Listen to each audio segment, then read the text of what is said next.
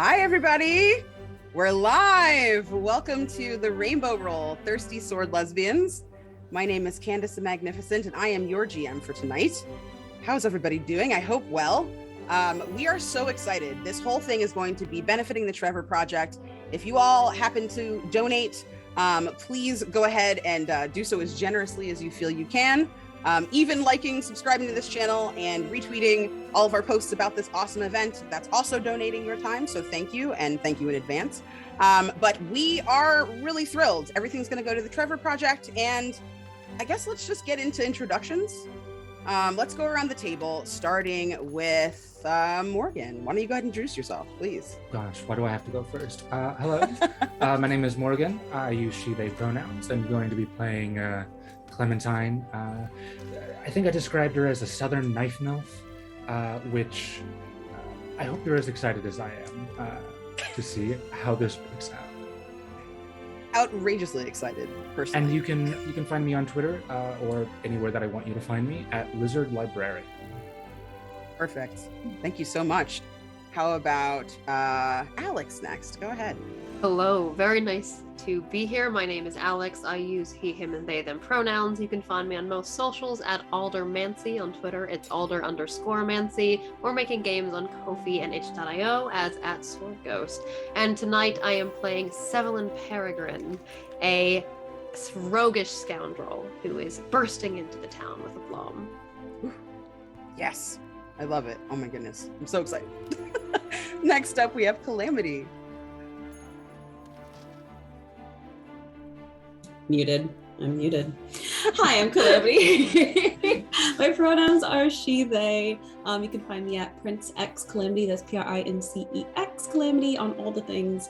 And today I'm going to be playing Corinne, who is a very curious TA and investigator who can't help but chase after her curiosities, even if it means climbing over a fence in a dress.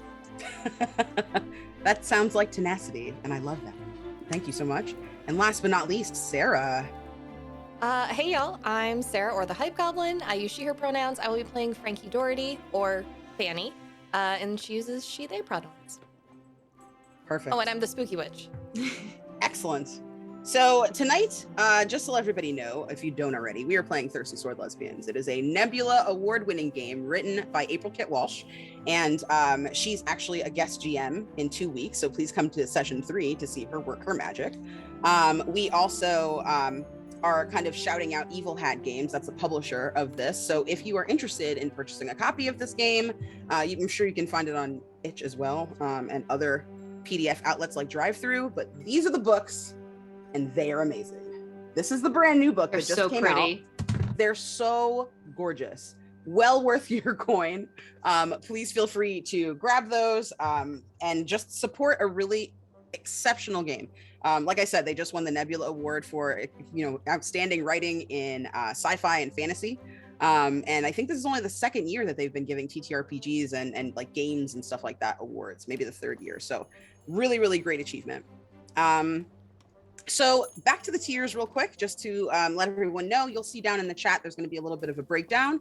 If you would like to be a high roller tonight and donate $100, please specify which player you would like to receive in advance. So tonight, all of your donations, not only are they going to go toward the Trevor Project to really help make the lives of LGBTQIA kids, specifically, trans and non-binary kids, much better and much more beautiful and much more, much healthier.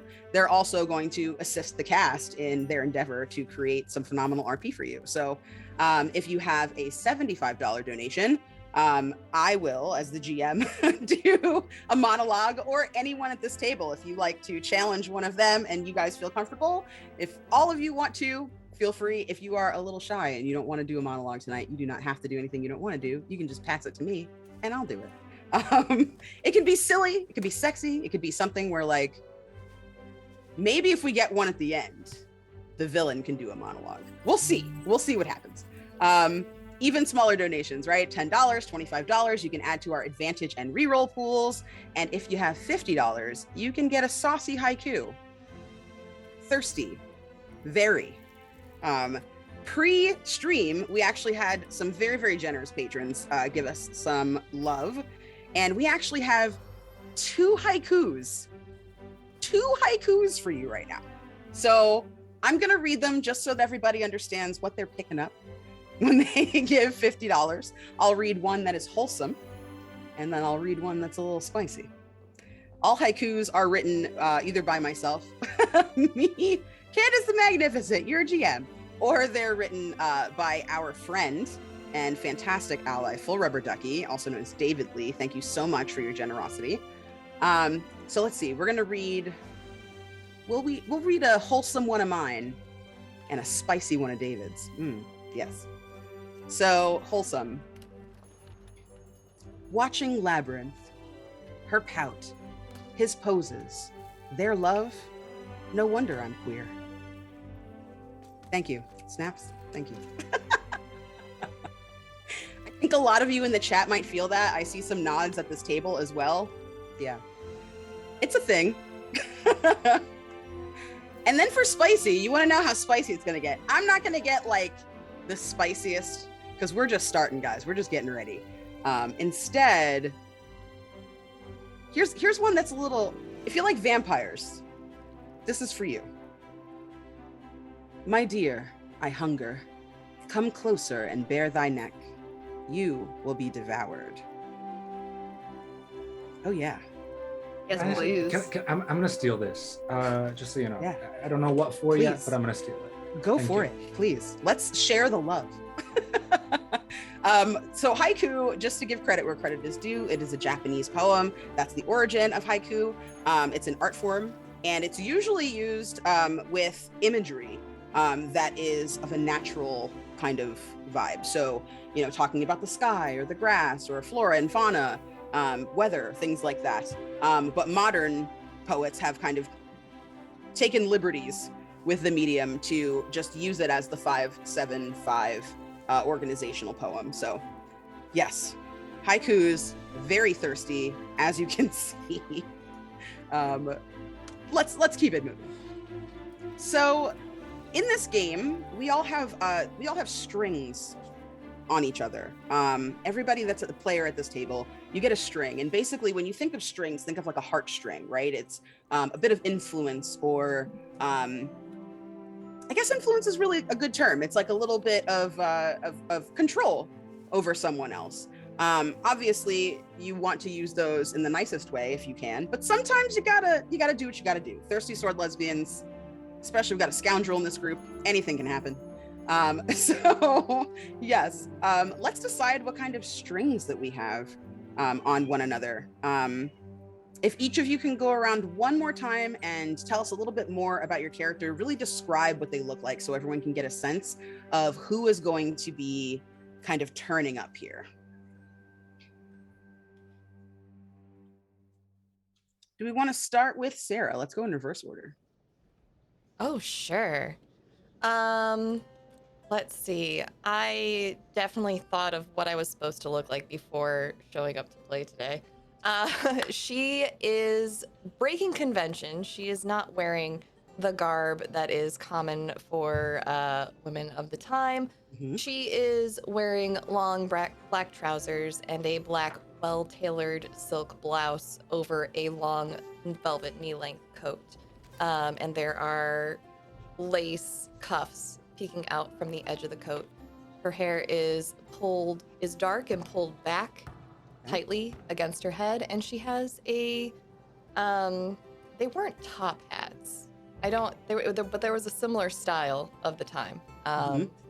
Much to her mother's chagrin, that is what she chooses to leave the house in. Okay, all right, that's wonderful. She sounds lovely.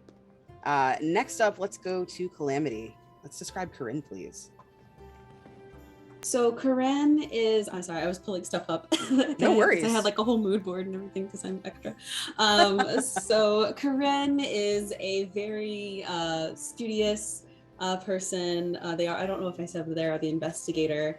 They love to learn. They love to like discover new things, even if it's something that relates to nothing they're doing. They just like hearing people talk about things that they're experts in.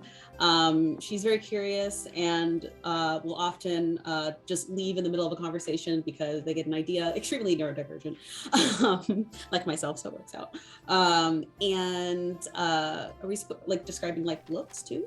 Yeah, definitely. Okay, so she's like, I'd say like 5'5", very has like a very pointed features, has like short dark kind of like wavy hair, always kind of put together, wears a lot of like pearl earrings and such, but then will also wear like a white button down with like high-waisted pants and suspenders for like her what's it called, fencing. That's the word, fencing, because Very she's nice. also a avid fencer. It is her sport of choice. So yeah.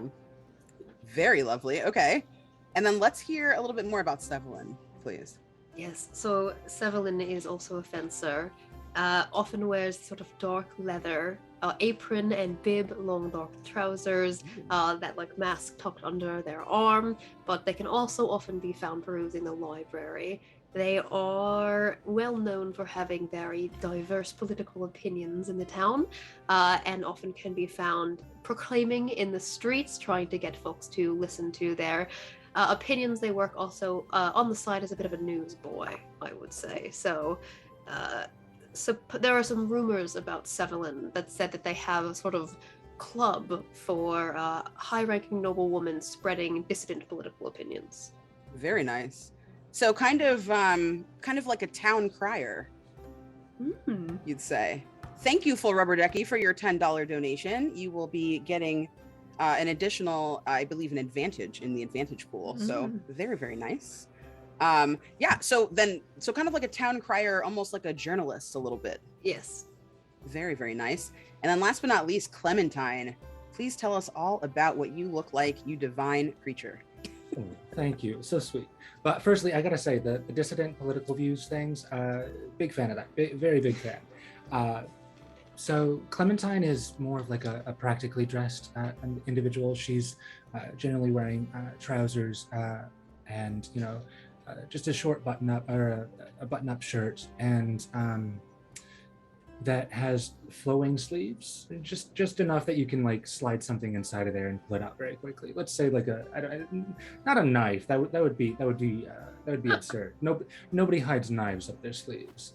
But no, she's the matriarch. She has a family that she cares for, less of a family that is by blood, more of a found family.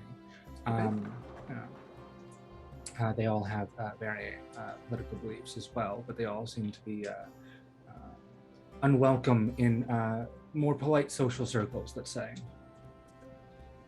Excellent. All right. So to explain where these wonderful and rich creatures and beautiful individuals are, okay, just the darlings of this town. People don't realize how important any of you are. It's 1830. Some of you have just moved to Stratford upon Hall, but others of you have lived here for some time. And it's not a welcoming environment. Everyone really just kind of keeps to themselves. It's very insular, and everybody just minds their business.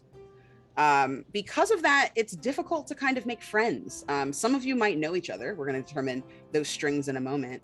But basically, one day, you're minding your own business. You head to bed that night. When you wake up, you open your door to get your day started and go run errands and things like that. And you see a note on your doorstep. The paper that you pull out of this envelope is like really thick and beautiful parchment. It looks very expensive. The handwriting on the outside of the envelope and inside the actual letter itself, beautiful, flawless script, slightly masculine hand. And you can see around the edges, there's like really beautiful gilding and like some little cuts kind of taken out of the paper to make it look lacy almost around the edges. It almost looks like an invitation. And when you start reading it, you realize that someone named Mr. Shibden is requesting that you go up to Lister Manor and have an evening with him. He asks that you arrive around noon, 1 o'clock for the preparations of the festivities. But it doesn't say much else. On the bottom is a little stamp, and then enclosing the letter as well is a little wax seal both imprinted with the Thunderheart Sewing Circle. Some of you might know the Thunderheart Sewing Circle. They have some signs up around town and things like that. Usually it's the only colorful flyer that you see in town. All the other flyers are all sepia tone, very drab, very dull. The paper that they always print the Thunderheart Circle on is a really beautiful, almost like a beet red, like they've used kind of a natural stain to create this really lovely color. And you've actively seen some women in town tearing them down every time they see them. So perhaps your interest has already been piqued. Today is a little different. You can see that they're having this gala, this celebration. You're not really sure what it's all about, but they are asking that you come, like I said, around noon, 1 o'clock, and that they would like to have you at the manor. It says that there is going to be a coach that comes and gets each of you and brings you to the manor. What are each of you doing about an hour before you head out? Like, how are you getting prepared to go to this event? I know that each of you has your own specialty, your own kind of personality and where you're coming from. So what do you think that you would be doing? Let's go with Corinne first. What do you see yourself doing before you head out to this event? So I'd say that since they got the letter, they've been very excited because they can finally speak to someone in town. They're one of the people that when they become neighbors, they kind of like make some baked good for them and try to bring it over. But that didn't work out very well for them. So getting a letter like this is very exciting. So they have their entire outfit planned. They have their entire look planned. So about 30 minutes before they closed their book on sewing that they were kind of brushing up on, because that's what they're pretty sure they're going to go and talk about. So they want to know how to talk about sewing and all that good stuff.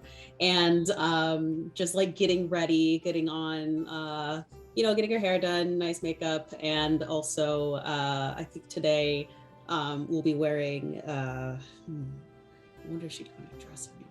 Because it kind of depends on how they feel. It's a bit fluid. So I think today for this occasion specifically, they might go in like a skirt. Okay. So, yeah, they're just getting ready and just very excited and probably humming to themselves. Excellent. All right. And then Clementine, what are you doing? How are you preparing for this event? Clementine would be trying to spend some quality time with her family before she starts off the day, with a little bit of fencing practice with her daughter Ruby, trying to make sure that her skills are honed to the top of top-notch skill level, as high as she can get. Mm-hmm. She's very supportive of Ruby's endeavors, her decisions to pursue more physical pursuits. So after she gets done with her match and everything like that, a morning exercise, a brief exertion. Mm-hmm. She looks at the letter, she gets prepared, and she's very excited to see what exactly society life looks like in this new place. Excellent. Wonderful. Okay. I love that you're like with your family and then you're having this like kind of moment. Really good. Let's go over to Frankie. What is the spooky witch doing to prepare?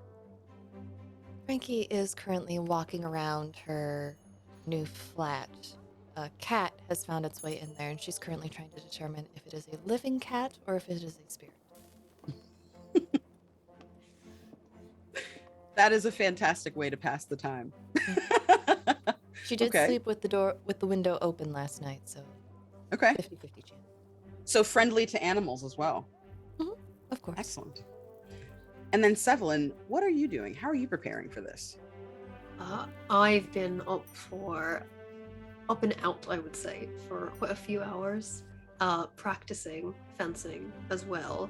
But Sevelin likes to go out into the hills. There's a copse of trees where she practices. She's hung up some of these like stuffed sacks and just taking her rapier to them with a ferocity that is not often seen within the boundaries of Stratford-upon-Uval. Ooh, lovely. Okay. So just getting all that kind of angst out before trying to chill and settle into Yes, they're probably going to show up a little bit sweaty. They don't care much for propriety, so. Okay. Lovely. Wow. Okay. you. So I'm glad that we have this now. Now that everybody has introduced each other to all the other players and to our audience, I would like to ask some questions so that we can get our strings taken care of, and then we'll launch right into our actual session. But before I do that, $51 donation. Todd, can you repeat the name of the person, please? Rex Verdi. Thank you so much. $51.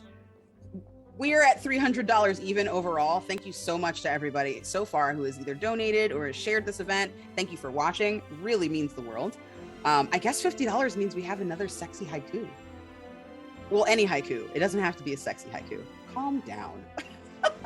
Sorry, everyone. I'm going to read it after we decide which strings that we have. That's what I'm going to do. So starting off with Clementine. Clementine, who do you confide in about your problems? You're always there for your family, but who among this group do you think you'd confide in? Think. That's a difficult question. The spooky witch seems very trustworthy to me. I definitely would confide things in Frankie, just because obviously the only thing they would share my secrets with, or my problems in general, would be the spirits, and they don't matter. They don't really exist in my mind personally. But you don't know that. This is a deeply held belief of my own that I will not share with you. But I confide almost everything else in you. Perfect. Okay. So Frankie, that means that you have a string on Clementine. Okay. You are the gatherer of her secrets. You can use that for good or for bad. It's up to you. So Frankie, going over to you as the spooky witch, I'm wondering who among these fellow Thunderheart noobs who thinks you're not all that weird? I'm gonna go with Corrine. Okay. Any They particular just seem reason, too- or They just seem too nice to think that people are weird. No, That's they think true. Everything's great. Unless they're like mean. But yeah, otherwise it's like, oh, you like weird stuff? Great. Love that. Let me hear more about it. fully checks out? Okay, great, wonderful.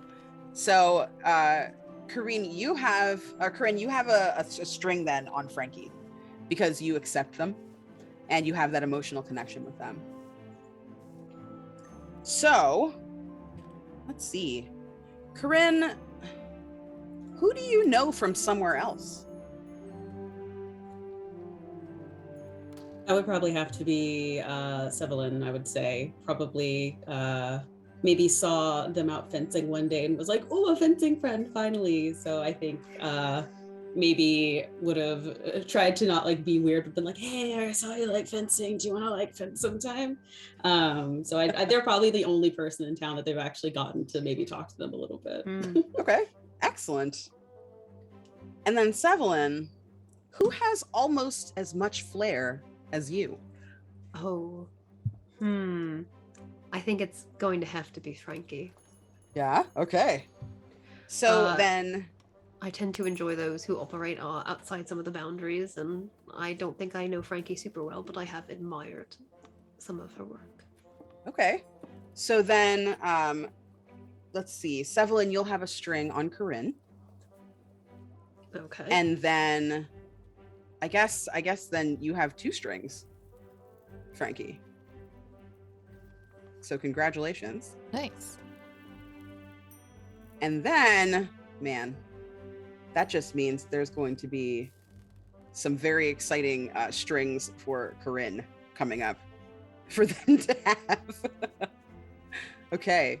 So now that we have all our strings, remember that you can spend those at any time.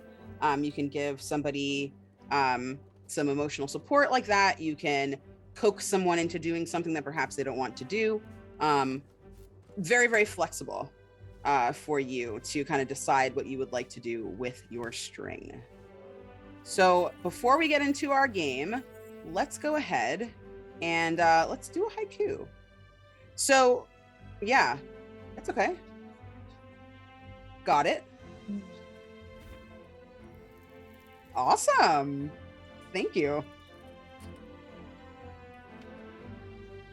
All right, everybody. So go ahead and be generous with that. You make sure you use them. They will roll over in between games if people are going crazy. We've got a ton by the end. But if there's something that you really want success on, please feel free. Okay. Let's see. So a spicy haiku.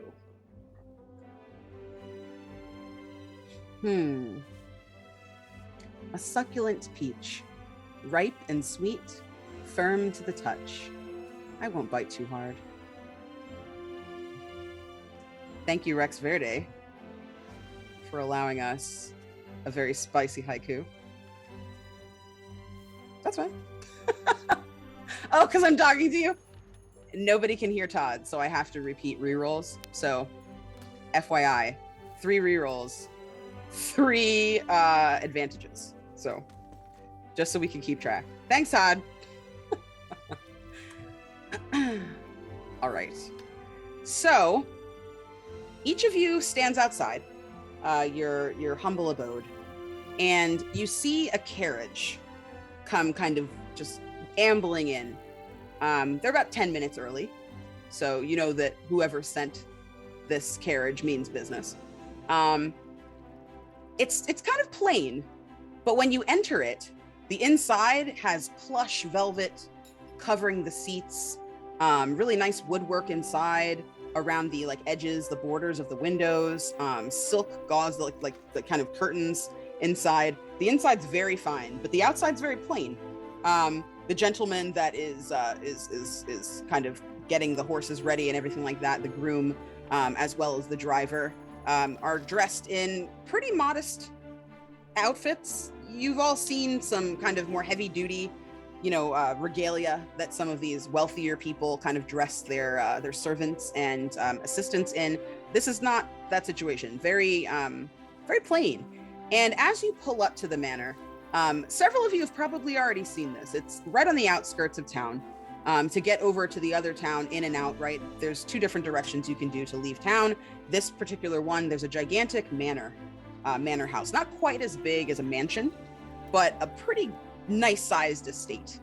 They have kind of this nice paved cobblestone driveway up that, the carriage kind of rides up into.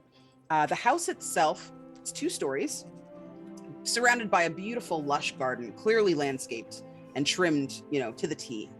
You can see the outside of the house is painted kind of like a shiplap white, right? Like that real kind of stark white. And in contrast, the edges and trim are all this kind of deep, kind of espresso brown color. Kind of regular compared to other homes. But the contrast is really what catches your eye. It's just a little bit different. It's just a little outside of where other people are kind of living as far as the way that the town and the city itself are decorated. As you kind of exit this vehicle, each of you just turns and sees the other. All 4 of you are standing outside at the same time. You all arrive at the same moment, and all 4 carriages kind of retreat back and around to the stables to the side of this house. And it's on like a really nice piece of land as well. Rolling hills. Severin, you actually have been in some of these hills before. You like to kind of go on runs and, practice your fencing in some of the little copse of trees and things like that over there. And you can smell this really interesting scent kind of wafting through the air the closer that you approach to this house. It's kind of like the smell of the fresh flowers blooming in the garden, the smell of the sun baking on the cobblestones, as well as like this hint of spun sugar, like a carnival or a festival or something. Some heavy incense smells, and then like a woody, very spicy masculine scent. It's intoxicating. Kind of float through the air as you get up to the front of this house. There's a big, kind of oversized door that you quickly realize are 2 doors that open inward. And there's a big shiny brass knocker on each side. Who's gonna knock? Of course, I'm gonna knock first. Absolutely. Just walk up and very decisively knock twice using the left-handed door knocker. Okay. So you wait for a couple of moments. You can't really hear much on the other side of the door, but it's not a super hot day, so it's not unpleasant standing there. And after just a couple of beats, the door cracks open, and in front of you, you see a gentleman. This person is plain-featured, yet extremely arresting. They're about 5'9", so I'm not sure how tall you are, Clementine, but this is somebody that you either see eye to eye with or only slightly taller than, unless you're very petite. So Clementine is about 6 feet tall, Okay. in heels. So she would not quite tower, but there's a significant height difference there. Okay. I glance down at the gentleman's forehead, essentially, like very close to him. I say, we received an invitation. Are you the person that invited us? Oh, yes. Hello. He smiles at you with this just like big, full smile of just pearly, sparkling white teeth. His eyes crinkle a little bit in the corners as he grins up at you. Hello, you must be Clementine. Hello. It's very nice to meet you. You're all quite on time. Hello. And you see this person kind of gaze at each of you in turn. Their eyes lingering on parts of your face, parts of your body. And then they kind of catch themselves. Yes. Hello. I should introduce myself. I'm standing here with my jaw agape. Oh, my name is Mr. Shibden. You may call me Jack, of course. It's nice to meet you. Wow. I didn't think seeing all four of you at the same time would make me quite so aflutter. It's welcome. And you see them kind of deeply bow. And as you guys follow the arm of this very handsome gentleman into the house, you can smell that scent, that fragrance, that spicy kind of woodsy tone, right, is just seeping from this person. And it's just lovely as you're heading into the house. You can see that there are like some really cute curls on the side of their hair. They have their dark brown hair kind of snatched up into a little ponytail in the back, tied with a little ribbon that looks like someone has stitched like little rainbows into it.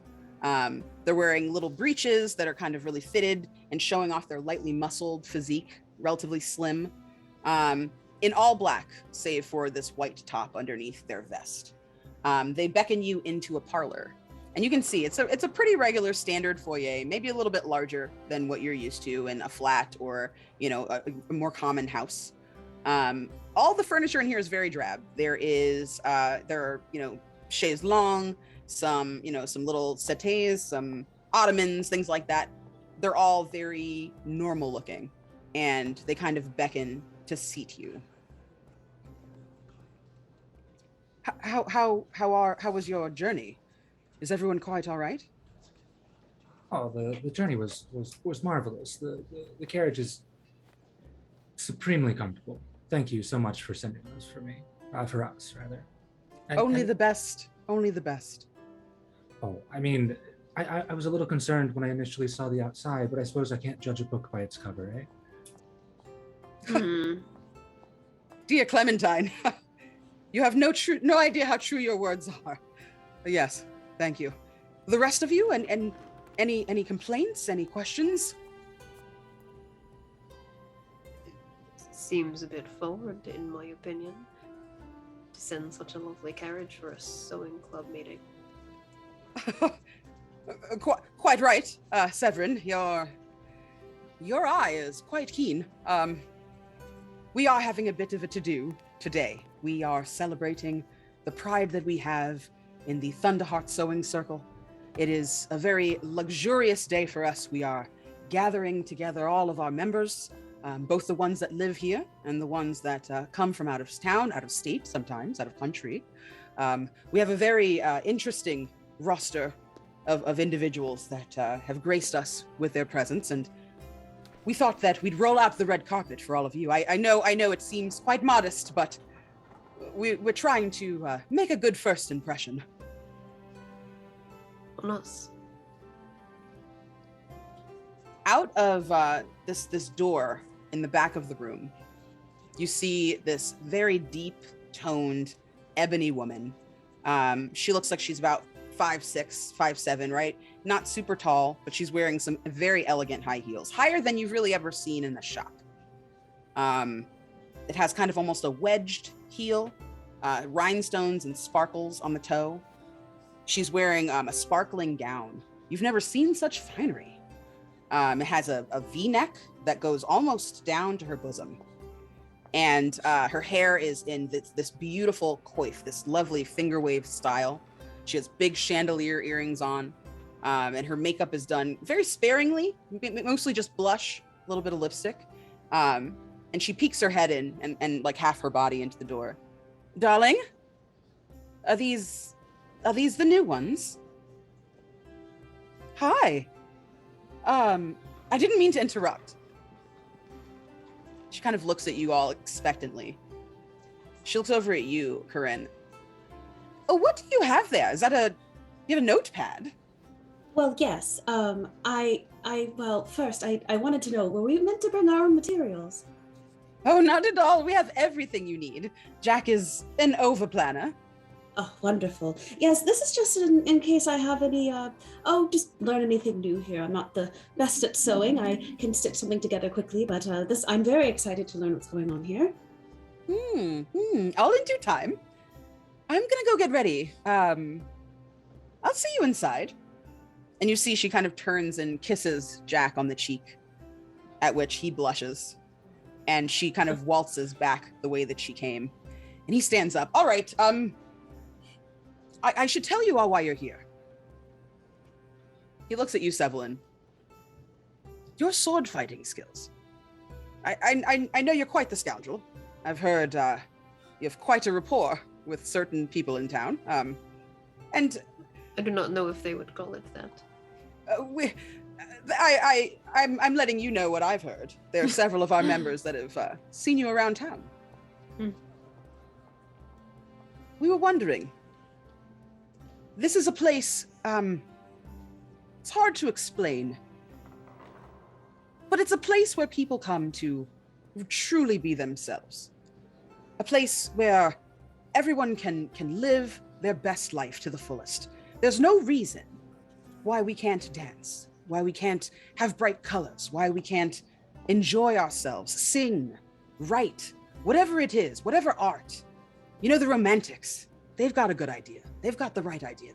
It's just so lovely to consider that maybe, just maybe, even in a town as conservative as this, we might have a little fun. And that's what Thunderhearts is really about. The embroidery is part of it, but your skills are also needed. Would you be interested in perhaps teaching our darlings how to battle with the best of them? You know, anything from fencing to fisticuffs. If a bunch of sewing ladies take an interest in the blade, I don't suppose I could say no. I appreciate that. Like I said, there's more to this place than meets the eye. And you see, he blushes again and kind of looks off to the side. Are there any dead on the premises? Dead? Oh, yes. I'd imagine so. We have a plot in the back for all of our deceased members. Keep them close. I imagine there might be something that you find interesting in that. I should like to speak with them. I can arrange for such things. Oh my. So forward. I'll get to you in a moment. I'd also like to offer you a job. He turns to you, Clementine. Oh, a job? Goodness, I was not expecting that. Yes, I probably should have said. Shame. Orlando told me. Orlando runs the house, and they told me I should be more specific in my correspondence. I just didn't. Well, I didn't want to scare you. I mean, you're very lucky that I actually showed up. Normally, I like to know exactly what I'm getting into before I show up to a strange person's house. But he looks at you, and is drawn a little closer. He leans in and takes your hand, if you allow it. I take a small step back, but still take his hand. Yes, it is definitely an honor for me to ask you, would you be interested in guiding our sheep, our little flock here? We have a small family. Oh, not literal sheep. I was No, going no. to say. Okay, that makes more sense. No, they're just, when you meet them, you'll understand, just kindest souls that you've ever met.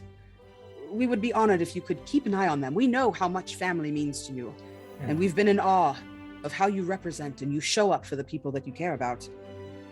We could use something like that, and a little bit of self-defense too. I see that edge in your demeanor.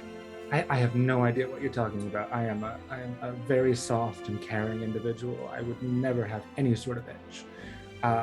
But thank you so much for the job I'll offer. I think I would be more than happy to accept this. Oh, thank you. It fills me with joy, really. Wow. Okay. Corinne, your sister, she mentioned that you might be in need of something exciting to do. She has, at a time, graced us with her immaculate presence. And your investigative prowess is famed far and wide. I had already heard of you before I recognized that you were related. Grace said such lovely things about you. We'd be honored if you would teach the art of investigation to some of our members that might be interested.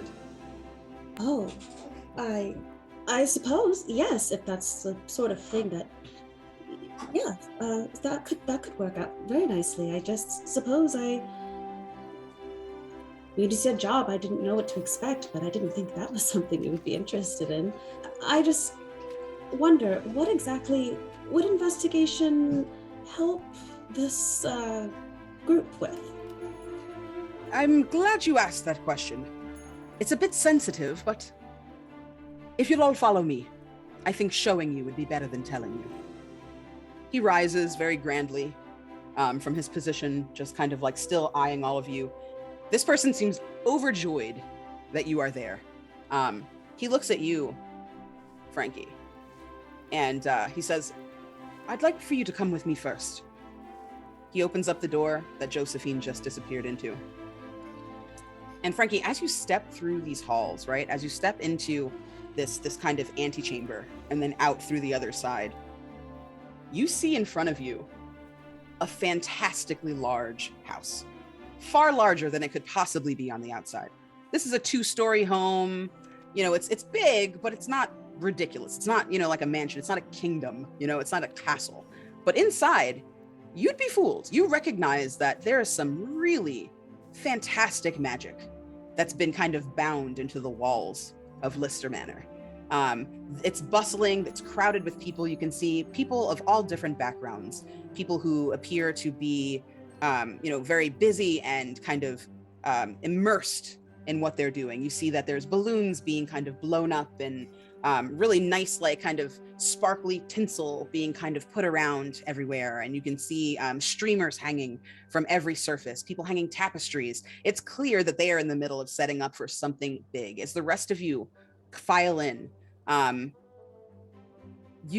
smell, that fragrance that you had, that incense and spun sugar, you can instantly see where it's all coming from. There's a huge banister, a large staircase that goes up 3 floors in front of you. There's a landing and then another layer up. Jack kind of starts to show you around.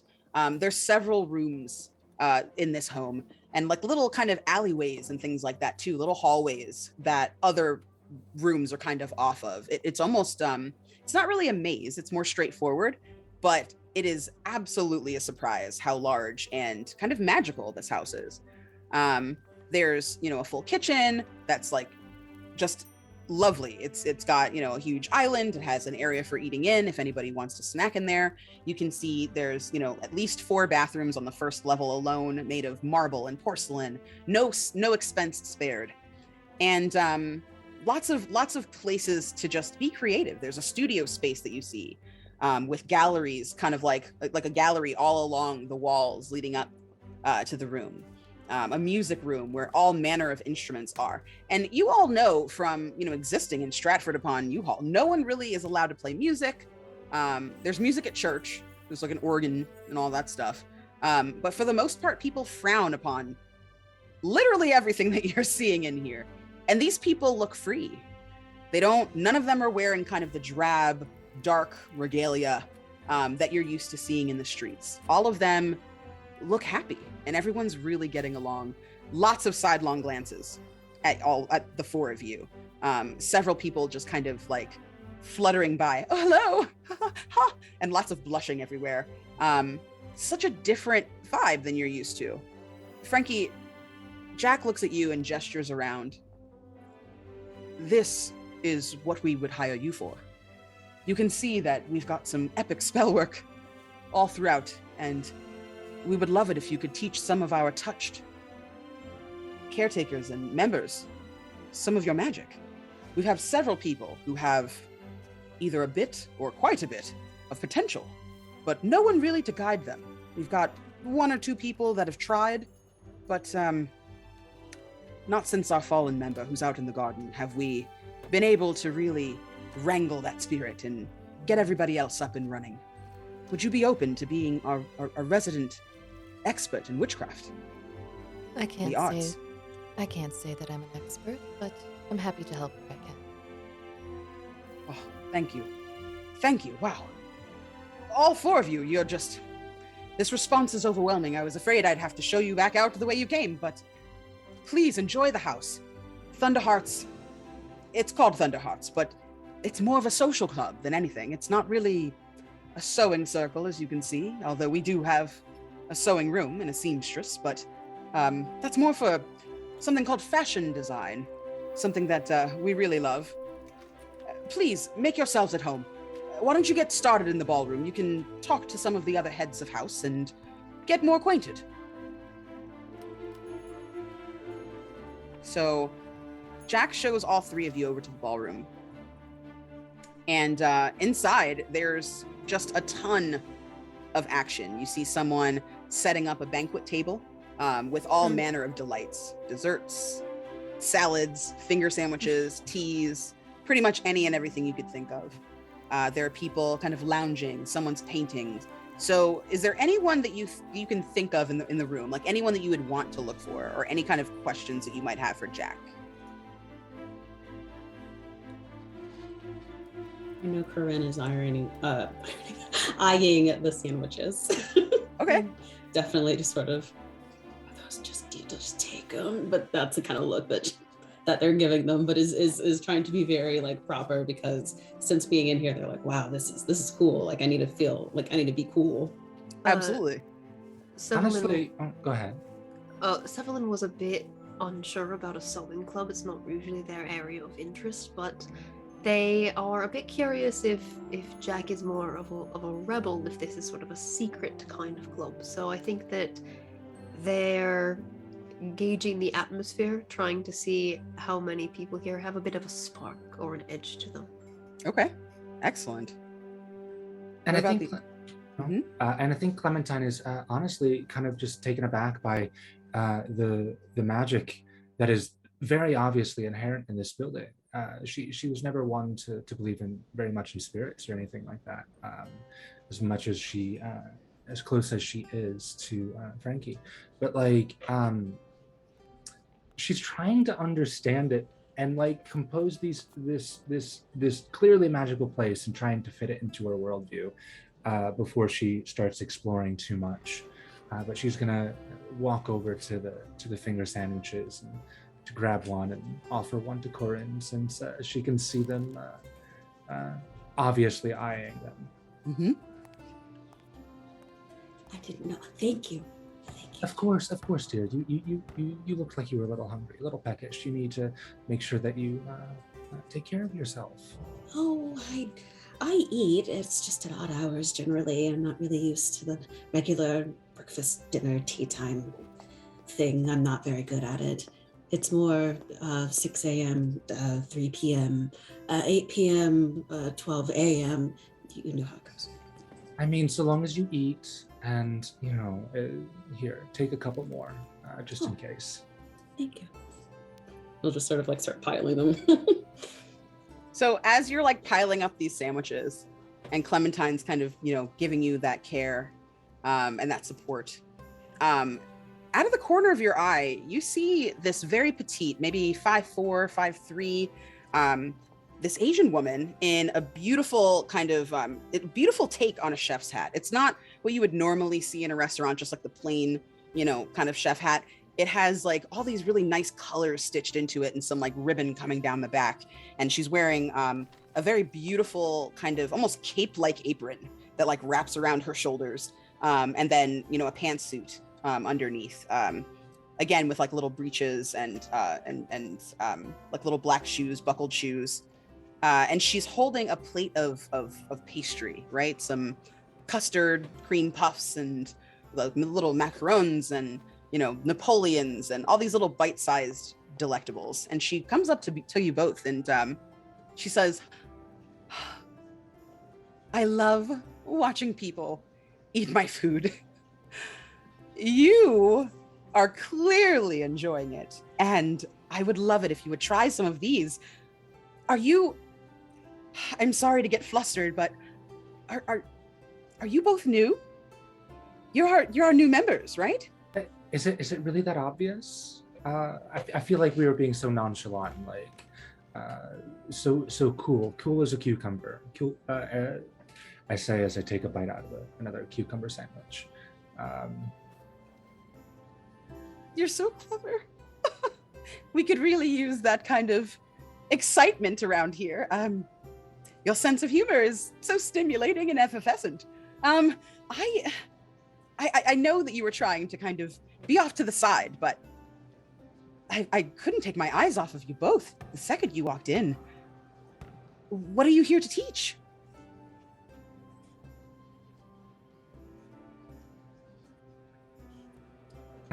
Apparently I'm here to tend to some flocks. They're not literal sheep from what I've gathered, but apparently there's some people that need caring for.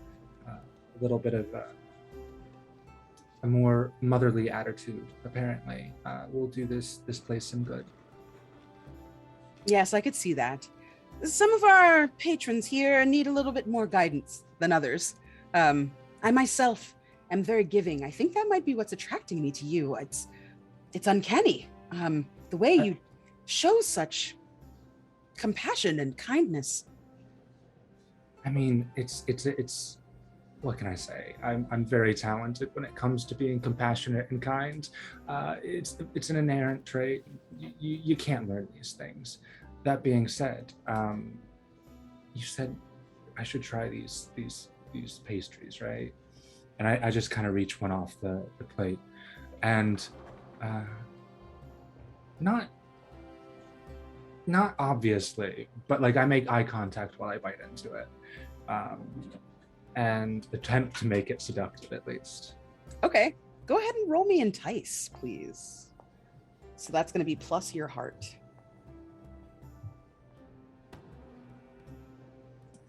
Muted myself, goodness. So that would be a 5 and a 4, so that would be a 10 total. Excellent. Wow, okay. Listen, that's the first roll of the night. If everyone's going to roll like that, we're not going to use any of these advances. Wait, so. can I use an advantage? Maybe I'll roll double sixes. Yes. So 10 and up is actually a success. So I don't know if you can get better than that, but if you would like to, I mean, I would never use a resource that we might need later. Okay. I'll stick with the 10. Thank you. Okay. You bite into this pastry and this like just perfect cloud of vanilla cream just puffs into your mouth. It's light and airy, but still also rich. And as you kind of have this kind of subtle gaze toward her, as your eyes kind of drift up to hers, right? You're like looking down as they kind of drift up. They don't have far to go. She's much shorter than you are. You can see she is flushed from ear to ear. Like this whole part of her face is this like lovely kind of crimson color. And she's watching you intently with like wide eyes that are just twinkling and sparkling. And she like puts her hand out, and you see that she has a little bit of a napkin on her fingers, and she like reaches at her full length to get up to your face and like just dabs your face right here with her thumb on your cheek, like on right here on your cheek, and wipes a little bit of cream out of the way. You're sure that you were very tidy and neat about that bite. And yet, here are her soft, tiny, warm hands just kind of grazing across your lower lip. And she smiles up at you. This is the kind of thing that makes it worth it. I mean, goodness, that was you took my breath away with how delicious those pastries were. I don't know what to say. Thank you so much. Yes, if you need anything, my name is Edith. I'm the head chef. Oh. I have plenty more delights for you to try when you're ready. I will keep that in mind. Thank you so much. Also, like, the fact that I did not introduce myself before I started flirting hardcore, par for the course, but I'll accept this. It's okay. There was a short list of you. I imagine from how you're behaving, you're clementine. That's my favorite type of fruit. You know, I made a little tart just for you. It'll be out soon, so come back and see me. Oh, I will definitely come back and see you. Hopefully you can, well, I'll leave the tasting for later. She bounds back to a little door on the side of the wall. You can see there's like a little pass through, and in there you can kind of see that kind of connection to the kitchen. And she's peeking like out from the little pass through at you, and then like darts back inside. Corinne, you see all of this happen, and it's pretty clear that this is a place where you're not going to be judged for your fluidity, for your interest, for your inquisitiveness. It's something, all of those things are to be prized here. And as you're kind of like taken out of this moment watching Clementine and Edith. Just like eating, so just like, oh yeah. watching. Big time snack. Just you know, it's like eating popcorn. Yeah. Yeah, just Yeah. oh, interesting. Enjoying the show. You hear someone go, God damn it. Ugh, I've had enough. Ugh. And you hear lots of like frustrated scratching and scritching sounds. And as you turn around and look down, right at the table next to all of these sandwiches, there's a woman in a cloche hat, like this kind of bell-shaped sort of hat, and she has this like kind of nice like pompadour of hair sticking out of the front. That's kind of like has like this really nice gentle wave in it. She is scribbling something at a frenetic pace on a piece of parchment in front of you. Before we continue, I'm going to go ahead and give a shout out to LB Hack Me Up. Thank you so much for donating. We've got 2 more advantage rolls, really? Like 2 more advantage rolls, guys? We're killing it. 2 more advantage rolls if we need, when we need, let's be honest. Dice are not always fair. So thank you so much for donating. Please, guys, keep it coming. Let your friends know that you're hanging out with us today in the chat, and maybe get some more eyes on this, because these players are phenomenal. So back to you, Corinne. You kind of take notice of this person. They are really trying to kind of keep their voice down while being extremely loud about how angry they are. She's got this really beautiful tan and ink stains all over her fingers. Ah! Oh, those assholes. I shouldn't say that. Zora, calm down. She looks up at you. What? I just meant you could say it if it's true. I always thought, you know, sometimes people deserve to be called those things. That's what my sister always says. Yes, it's just not, you know, it's not ladylike or whatever. I just, do you ever just get so angry you don't know what to do? You just got to go do something about it? I typically stab my dummy. It's a pillow that I made actually with some clothes wrapped around it, and maybe some extra pillows and stuffing and blankets. And I'll occasionally go stab it because I haven't really found anyone in town. I'm Corinne, by the way. What are you doing? Oh, you stab things. Not live things. Often, not really. It's not I do fencing. Oh, I see. Okay. I would stab things if I could. Especially I think we all would. these rapscallions. Oh, I'm sorry. I'm Zora. I teach writing. I'm trying to write a letter. Have you seen this filth? And she hands you this pamphlet. It's like a little trifold pamphlet. She kind of just like pushes herself in the face to get her glasses back up on her nose, very roughly. And she looks at you and she's like, "Look at these banshees." Oh. And they will go to read it. You see in this pamphlet, emblazoned across the top, it says the Ladies Witchfinder Coalition. You see a picture of it's kind of like a hand-drawn, hand-illustrated image of three kind of very stern-looking women with very kind of sallow faces and their mouths set in a hard line.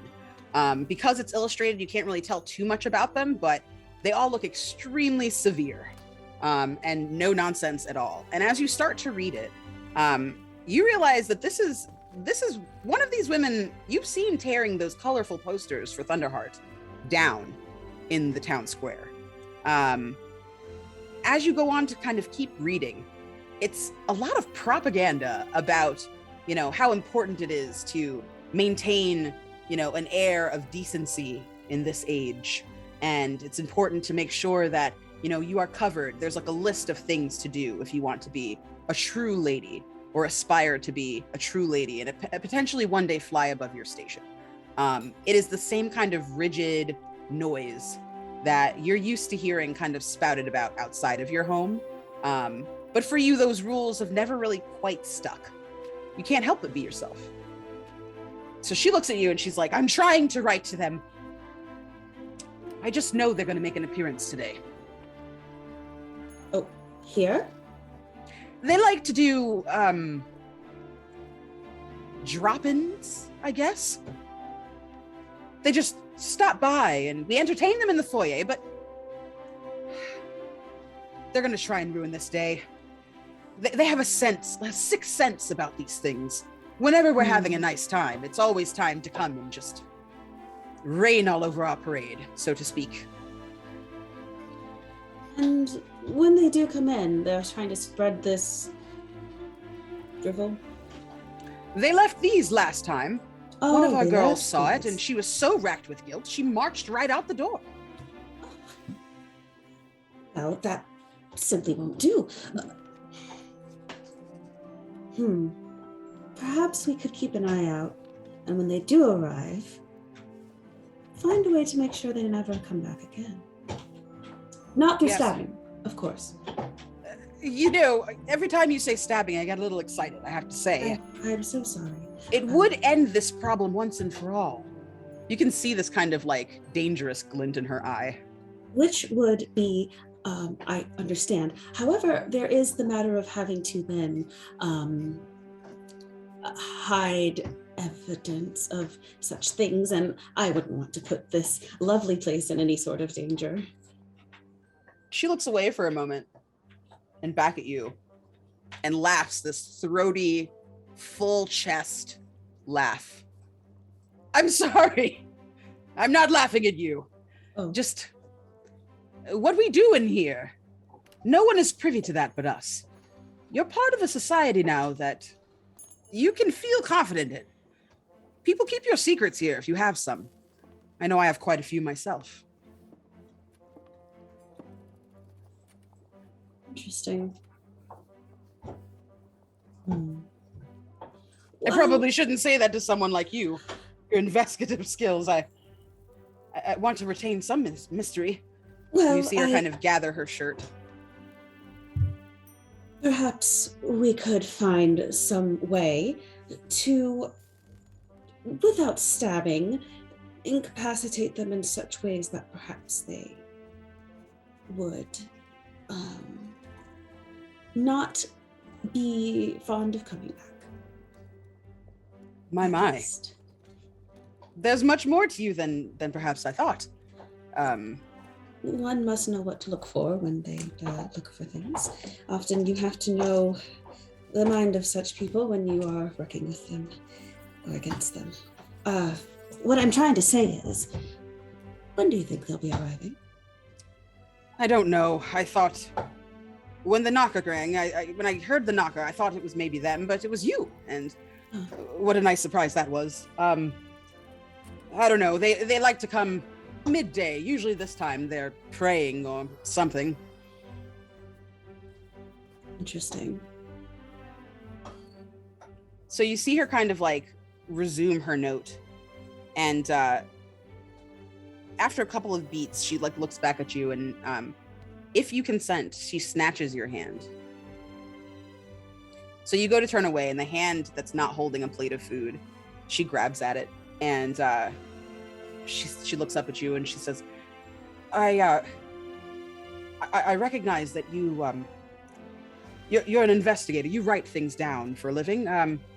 I would love some finer points. I have a book I'm writing on mysteries, and you're quite the mystery to me. If you wouldn't mind, if I asked you some questions. Oh, of course, anytime. Now or perhaps at some other point. I did just get here, so I don't know much about the place and when any sort of events happen. But if there is any free time, I wouldn't mind that. Perhaps over tea.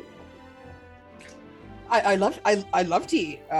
Yes, I like tea quite a lot as well. Thank you for that. Yes. All right. I'm going to get back to this, but I'm so glad I get to see you again. Oh. Well, yes. You'll find me with the other new ones, and of course Jack, I suppose. But if you need anything at any point, please feel free to seek me out. Okay. So Severin and Frankie, you two are kind of lingering in the back, kind of towards like where the door is, the opening. And you're looking around, I assume, yes? Keeping an eye out. Okay. You are just kind of standing there and taking in all the sights and sounds and people around you when you hear just a very beautiful and musical voice behind you. Hello. May I steer you in the right direction? Or when you turn around, there's big blue eyes looking at you. This person is about 6'1", 6'2", very tall, with a mop of gorgeous golden ringlets falling all over their head, about shoulder length. They have a ribbon kind of tied off to one side, a scarf covering their neck, very broad shoulders, a little light dusting of golden peach fuzz around their cheeks and chin, and a beautiful smile, light pink lips. Hi, I'm Orlando. May I show you somewhere, or? Well, aren't you just blooming with energy? I try. And you see they curtsy. They're wearing a really beautiful pink satin dress that has, this character's name is Orlando. Pink satin dress that is, has like white laces in it and like a light blue undercoat, like petticoat underneath with like the lace poking out of the bottom. I should like to see the dead. Yes, I can show you to the dead. Quite, yes. Anything for you? You are Severin. Severin, yes. I should like to see what she does with the dead. Oh, yes. Quite right. Please follow me. And you She does see with the dead. she goes outside. There's a bustle, like a really nice bustle in the back, like just a really beautiful like lady's outfit, right? Like a rich woman's outfit. And she takes you back outside of the ballroom underneath the stairs, and you can see the whole back of the home has floor to ceiling doors that have that open outside, like forward, double doors, almost like French doors. And sorry. And as you make your way outside, the backyard is quite different than the one that you saw coming in. Hydrate. The game is called Thirsty Sword Lesbians. It's true, and I've only been one kind of thirsty, so. here we go. There's at least 4 other kinds of thirsty you can be. So So you go outside, and you can see she pulls out a fan. Immediately starts fanning herself. I'm misting. If you need anything, I'm Orlando. I'm the butler, or housekeeper, whatever you prefer. Just call to me if you need me. I have very good hearing. And they dash back inside. Oh. Goodbye. Oh. You both find yourselves outside in this really, really beautiful, like lush green, I don't know, like utopia almost. There's plenty of places to sit, really nice like hammocks that are woven out of like golden thread. You can see vines hanging, grapes growing, some fruits and vegetables growing in the garden that you definitely have never seen in this part of the world. This is very strange to you. You see, an orange tree, lemon trees, like all kinds of fruit-bearing trees everywhere. And then you can see there's kind of a small plot adjacent, like right to the left-hand side, that has really beautifully carved headstones. And there's a row of maybe 10 of them. And you can see where like they're trying to extend that area to have like more of a plot line for future graves if needed. And is there anything you do special, Frankie, to summon the dead? She's gonna go and pick a few flowers. Okay. And she'll take them on her way to the grave. She pulls a pair of scissors out of her pocket and snips the bloom off of each flower. Okay. Better.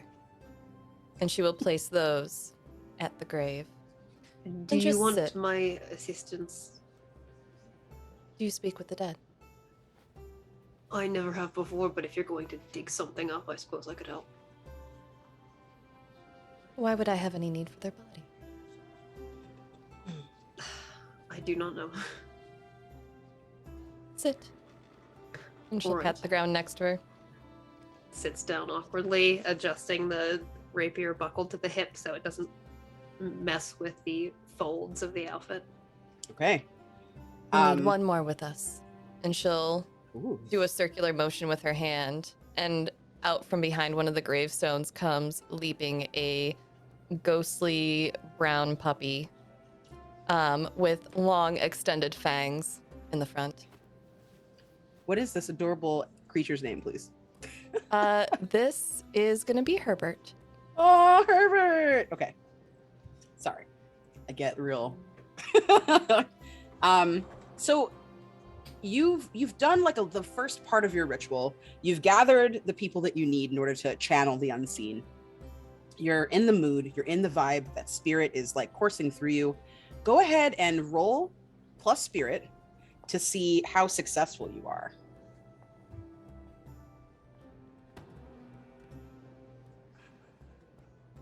It's 2d6, right? Yep. Mm-hmm.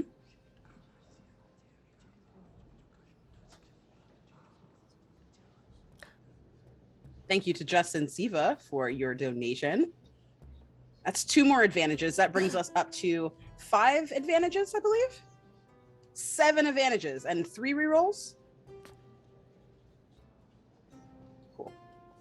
You guys can't hear Todd, but I can hear Todd. Hey, what did you get? That will be a 7, but Okay. because I have my eerie companion with me, can I add that +1 to it?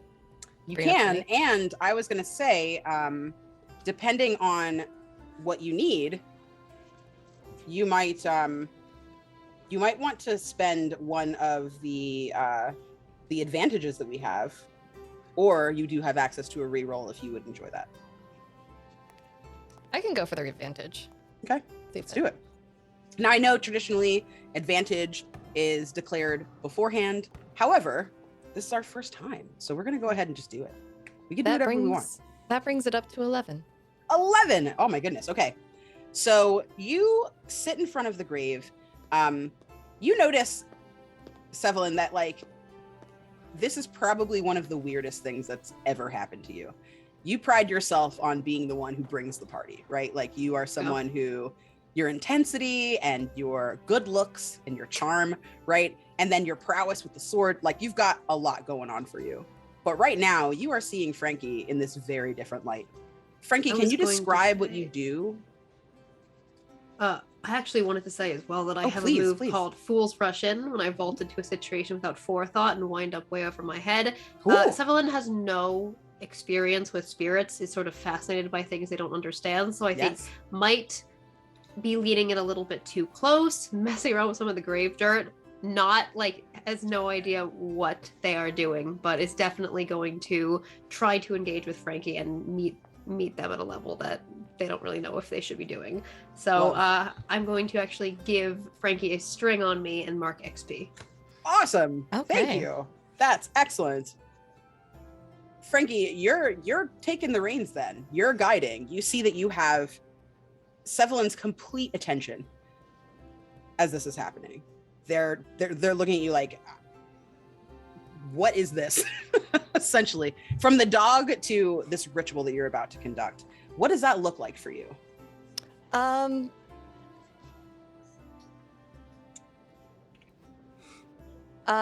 It looks like it's more of a getting in touch. She will sit down cross-legged at the foot of the grave and dig her hands into the dirt and close her eyes as she calls forth the spirit.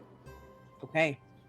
So you start to kind of make your move, and you're kind of working your magic, and you're like really feeling deeply and kind of trying to conjure from inside yourself. And in front of you, rising up through the ground and coming to kind of sit down and rest on the gravestone in front of you, is this ghostly figure of a beautiful woman. She looks like she might be biracial, maybe half Native American and half Black. She has these very high cheekbones, long locks in her hair. Part of them are twisted up and off to the side. She has this really beautiful kind of African-inspired, like African-looking cloth, like some kente cloth that's kind of wrapped around her shoulders in a shawl, and she's wearing these kind of very heavy, very dowdy-looking clothes. Something you'd recognize from maybe the 16 or 1700s. It's clear that this ghost has been around for some time, and in fact, the gravestone in front of you does look like maybe the first or second gravestone in this graveyard. Very old. She looks up at you, and she has these like beautiful, very almond-shaped eyes and full pouty lips, and she looks at you and says, "What do you need from me, dear?" I wanted to know more about this place. What is it? Who is calling me? It? You may call me Fanny. Fanny, you say? Mm-hmm. Yeah. My name is Marie Laveau. Nice to meet you. Why are you here? Apparently to tend the magics that I know nothing about. Are you responsible for them? Ah, yes, that is my work. I worked very hard on this place. It's got a little bit of a standstill in time. But for us, like you know, the more you use your power, the fuller your life. And eventually you have to just leave it behind. It was time for me. I put a lot of myself into this place, and I can still visit, as you can see. And what does it take to maintain the magic? Well, for me, it was all about my companions. My companions helped me to maintain this magic. The belief that a better place could exist for people as gifted as we are. That is something that kept me going. You draw from your well of power, from your energies, and they are replenished by the love that takes place around you. Do you have anyone that you have a close relationship with, Fanny? She kind of leans in conspiratorially. Somewhat. Someone. You lean on them. You make sure that your well never goes dry, because the second it does, this becomes a bit of a burden. Never quite, because the people make it worth it, but it's harder to keep your flame lit without any kindling, if you catch my drift. Even if they don't believe in what I especially if they don't believe, because you are why they believe. You share of yourself, and they share of themselves in return.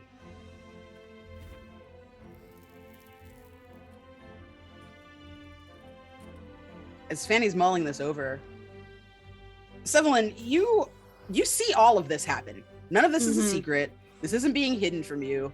Like, there is legit ghostly looking, bluish tinted, wispy smoke lady that is absolutely gorgeous for whatever reason. And like her feet, like her dress kind of ends in like a wisp almost. There's no feet there to speak of.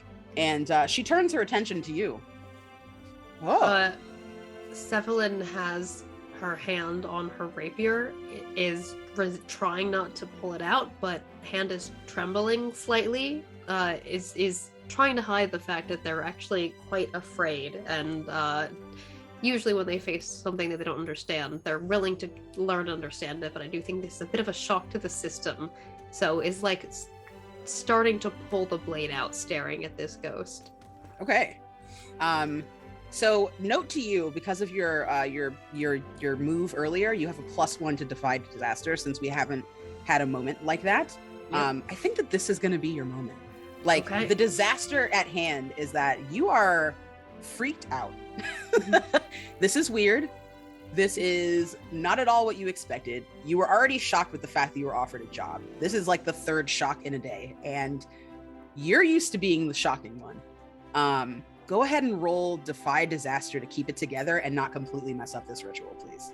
Okay, and I do not have any bonuses to Spirit, so I think I'm going to use my Wit here. Yeah, I think I'm going to use my Wit because Severin is smart enough to honestly know and put things together if they take some time to do it, so getting their head on straight. Yeah, that's perfect. With that, that is Snake Eyes. Snake Eyes, oh no! I will take an advantage, I think. So you can either take an advantage or you can do a reroll, whichever you prefer. Let's do a reroll. Okay.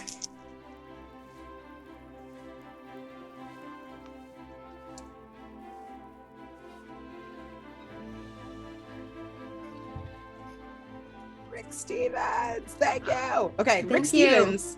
$100 donation from Rick Stevens. He's asking for a haiku. I will give you 2 haikus for the price of 1 for that. Thank you so much. And then we've also got 25 from Insight Check. Thank you, thank you, thank you. Phenomenal.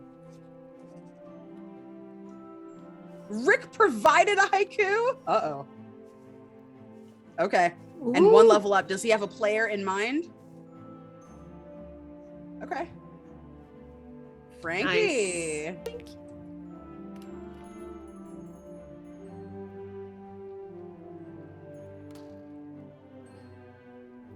Oh, so cute. Can you put that in the chat so I can read it to everybody? That's adorable. Let's see. Oh, and thank you, Cause, for some more advantages as well. Justin Siva, thank you for the advantages. Everybody is being very generous tonight. Really appreciate it. You guys are really keeping us going. So Rick's haiku, cute, ethereal, Herbert the ghostly puppy. Level up, Frankie. Oh boy.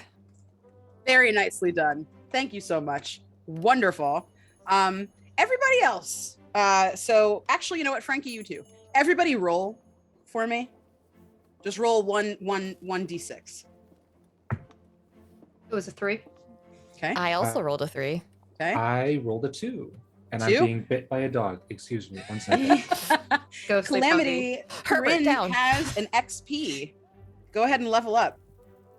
We had a $100 donation come in earlier with no specifics on who was going to do the leveling up. Oh. So that is awarded to Corinne. Feel free, I believe you can take another move from your playbook if you want to, or you can take a move from another playbook if there's something that you find interesting. There's a list of XP level up rules in your playbook, so feel free to access that at any time. Thank you, everyone. This is lovely. Really appreciated. I'm gonna take Witchfire. Okay, Ooh. so back to you, Sevelin. Sevelin, did you re-roll? Yes, with my re-roll as a +1 to defy danger, that is a 9. A 9, okay. So you look deep into this woman's eyes. She kind of leans in. It almost feels like she's staring through you, like into your soul. You've never had someone connect with you like that. Usually people are either too shy or too scared of you to really look that long. And she's just sizing you up. So, you look a little nervous, Sherry. You doing all right? I don't get nervous. Never. Never before. I'm glad to be your first. Fanny, is this the someone that means something to you? No, we just met. I see. Sometimes strangers turn into lovers. Severin, do you have someone that you enjoy? I've enjoyed plenty. Mm-hmm. I can see that. I can read it all over your face. Anything else I can do for you before I go back to my rest? I'm supposed to make an appearance tonight at this party. Then we will see you later and we'll let you rest. I appreciate it. And Frankie, watch out for them, okay? You have power, more than you know.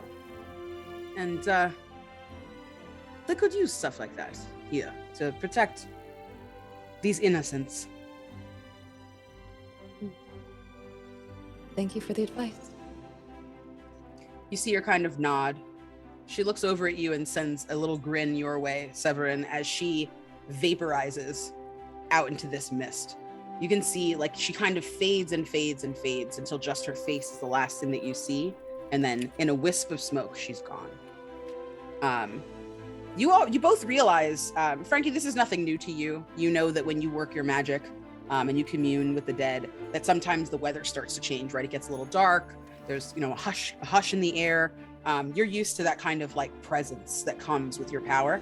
Severin, you are still pretty taken by this experience. How do you react? Like, do you just kind of accept it, or? No, I think Severin's actually sort of looking over towards Frankie with this naked confusion and fascination on their face. Says, "Is this something that happens to you every day? Talking to strangers who come out of graves?" No, sometimes I meet them in the market. Are you all right? I'm absolutely fine. Would you like to hold him? She gestures to Herbert. I suppose.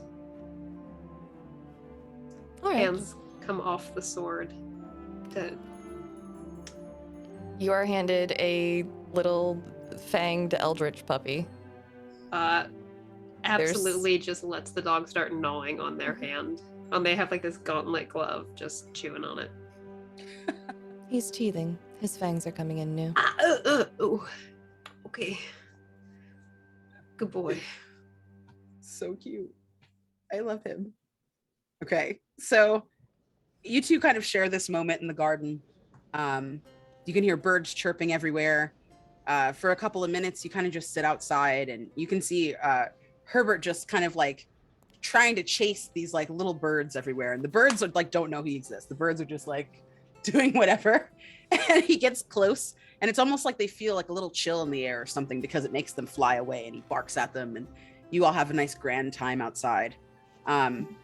Before you're really able to, kind of make your move back inside to see kind of what's going on, you see a face pop out of the door where you guys came from. It is that exact same person that you saw earlier, Orlando. This time, their hair is tied up in a little ponytail, very similar to Jack's, with a little like rainbow ribbon. They're dressed in like a powder blue version of what Jack is wearing. So little like kind of morning coat with a vest and little breeches, white socks, and a white shirt underneath with a beautiful pink ascot tied around his face. And he looks at you and he's like, "Hello. I'm sorry to interrupt, but there is a situation, and Mr. Shibden requires your presence in the foyer, if you don't mind. We have some unexpected visitors, and right this way. And you can see he opens the door and bows very deeply, like far deeper than you would expect someone who's so tall to be able to do, just like really low, and kind of opens his arms out to gesture you back the way you came. I tuck the puppy under my arm and sprint into the foyer. Okay. I'll follow. Okay. So the other two of you in the ballroom, you're looking around, you're enjoying the people that are there, doing some people watching, getting put to work with some assignments and things like that. And you see Orlando come back in, again, dressed in this very different outfit, but looking just as sharp and impressive and lovely as they did in their beautiful, dress and regalia. And they look over at you and basically tell you the same thing. We have that unexpected guest. And Corinne, you sense that this is what you've been waiting for. You see Zora get up and stiffen and kind of like look wildly around, and she looks at you.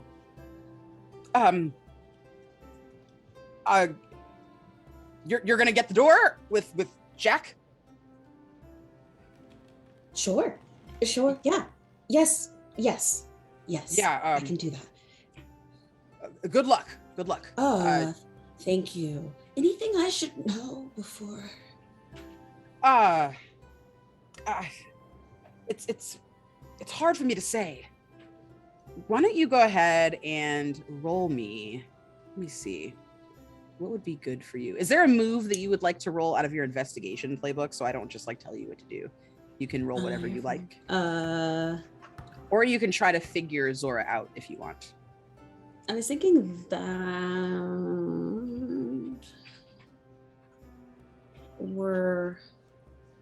Ooh. While you're thinking, I'm going to tell everybody about our $50 anonymous donation. Thank you so much. I will read a thirsty tweet, a thirsty IQ. While Wait. Thirsty tweets now. Goodness. I love reading thirsty tweets. How'd you get access to that account? Tweets. I feel like maybe I was doing a Freudian slip because I would like to read thirsty tweets. I think that's what it is. I'm shameless. I'm not gonna. I want people to tweet about our characters thirstily. Oh my God, please. I think that's what we deserve. We welcome any and all fan art of our thirsty sword lesbians. Extra points if Herbert is included. Not all? Not any and all, but most. Let's just say. Yes. Most. That's fine. That's true. Some fan art gets a little out of control, so be respectful, everyone. But only, in a sexy way. Thirst respectfully. There's nothing under this full coverage fencing gear. Nothing. Oh my. Use your imagination. Okay, so I'm going to read one by Full Rubber Ducky. This one's really sexy, guys. Should I just go for it? Do you want a sexy one? Yeah. All right. Hang on. Okay, I'm ready. Ensnared by your voice, suffocated by your thighs, here lies my heaven. Yeah. Wow. Yeah. I should have brought a little fan. Shame on me. I will not repeat that mistake next week. Okay. Thank you, David Lee. Back to you, Corinne.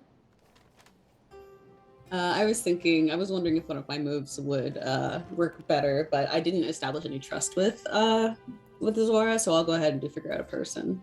Okay. Oh, and I rolled and that's with wit. So that's 11. 11. Nice. So she looks at you. You seem so confident in asking her, like, what do I need to know? And she kind of has this sense that she can trust you. You haven't established trust, but you can feel that this is kind of a turning point. She has more of a gruff demeanor. She's somebody who is very, not crass, but direct, right? Mm-hmm. She can be very blunt. And she looks over at you and meets your gaze and leans in a little bit as if to kind of tell you a secret. I might know why they're coming. Someone in here defected and came back. They fell for someone who also is a member, and it's just not my secret to tell, but yeah, there's someone they're looking for specifically. All right, I won't press. That's their business, but I will protect their... Well, I won't let them in very far. She looks kind of past you a little bit over your shoulder. And as you follow her gaze, you can see there's like a big grand piano in here. Mm. And all this time you've been hearing really beautiful, music being played. Almost sounds like a phonograph. It's so high quality and perfect. And you realize that it's coming from someone who's sitting there. They have a big kind of cloak on, like a big cape with a hood kind of over their face. And you can see like under their mask, it looks like it looks kind of like it might be a mask or maybe some fabric covering their face. You can only see about this much of them from where you're standing. And they're kind of rocking back and forth, and you can see their eyes are closed as they're just moving in time with the music. And the music that they're playing is like just absolutely extraordinary. It plucks at your heartstrings. Now that you're paying attention to it, it's coming alive almost. You can feel it inside you. And Zora clutches your hand and says, she's special. You can feel that, right? Oh, yes. Yes. Yes. She looks at you. Keep her safe? I will. So Orlando comes and hurries both of you into the foyer. Frankie and Severin are already there.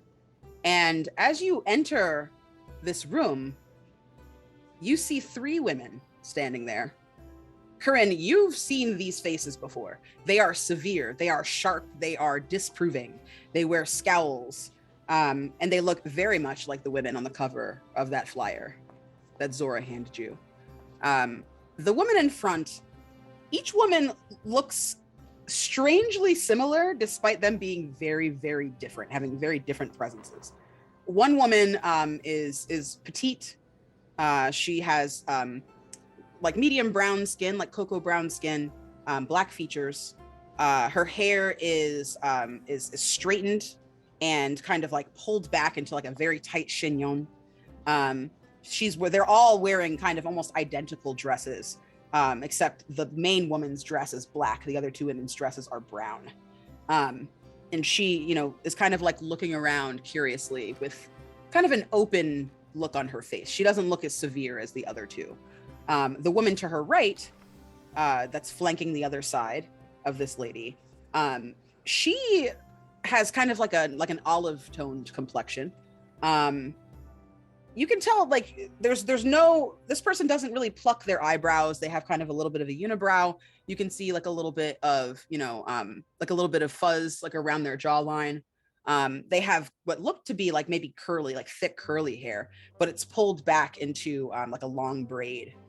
And then the woman right in the middle is tall and imposing. She's maybe 5'10", and she has red hair, like this beautiful fiery orangey red hair with a big white streak coming up it. And she has a big like kind of bouffant with all her hair tied and piled up high on her head. And her cheekbones could cut glass. Like she looks mean as hell. And she looks at you, Severin, and she goes, "This is what you're reducing your audience to? You have this proselytizer. I see you in the streets. I see you out there trying to counter our productivity. I see you. I know all about you. And you," she points at you, Frankie, I don't know where to begin. Leontine. The black henchman looks at her. Yes. What manner of fashion is this? I've never seen such. Leontine goes, creativity? Leontine, collect yourself. I've never seen such wantonness. You've never seen trousers before. I mean, all of you, really, just... Jack, you've really done it yourself this time. Mr. Shibden. Ms. Shibden, thank you. What is the meaning of this? And you see Jack kind of like rise to meet her gaze. And he looks back at you and says, this is my new team. These are the Witchfinders Coalition. They're here to investigate. He doesn't look at any of you in particular. But Frankie, you kind of feel the hair on the back of your neck stand up a little bit. She stares at you guys. So, which of you are coming with us to the magistrate? And which of you might be the ticket I need to shut this down for good? And I think we're going to take a break. We're going to come right back. Please remember to donate. So much drama. I hope everybody's having a good time. I hope everybody is watching and having a good time. We are at $525. Oh my God. Killing it. This means the world to us. Thank you. Thank you to this phenomenal cast for donating your time and being here and sharing this story with me tonight and with the audience. You all are phenomenal. Let's do a 10-minute break and we'll see you back around 9:45. Awesome. 9:55. Sorry. 9:55. I'll see you in get 2 a drink, minutes. Go to the bathroom. I don't know, get a glass of wine because we're having a good time. And good idea. Please feel free to again come back at the end of this and make some more donations and save queer kids, because all of us were queer kids once and we made it this far. Everybody deserves that chance and that opportunity, and that's what's really important to us this Pride. So please, we really appreciate it. Thank you. See you soon. Hello, and welcome to our Tiltify campaign. My name is Candace, also known as Candace the Magnificent, and I'd like to tell you a little bit more about our fundraiser.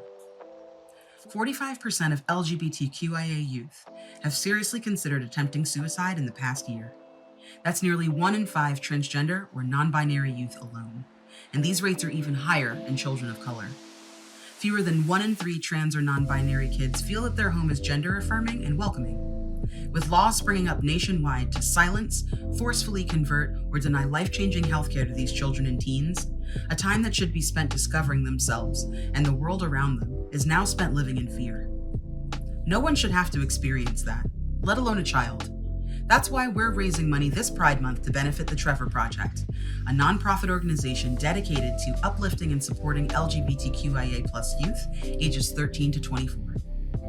Every Tuesday in June at 8 p.m. Eastern, we'll be playing the Nebula Award-winning tabletop role-playing game Thirsty Sword Lesbians in a series of one-shots online.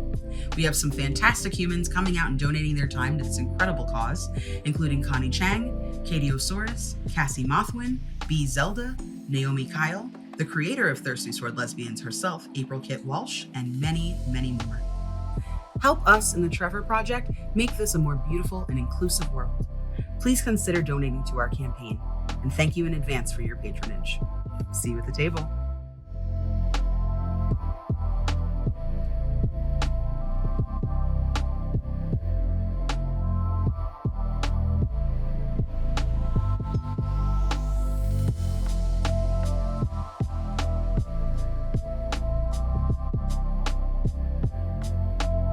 Hi, we're back.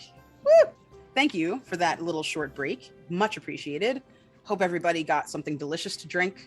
Got to maybe chit chat, catch up on tweets, write some thirsty haikus for themselves for their own pleasure and enjoyment. Please feel free, if you want to donate some thirsty haikus for future games, at me on Twitter, okay? At that Candace girl.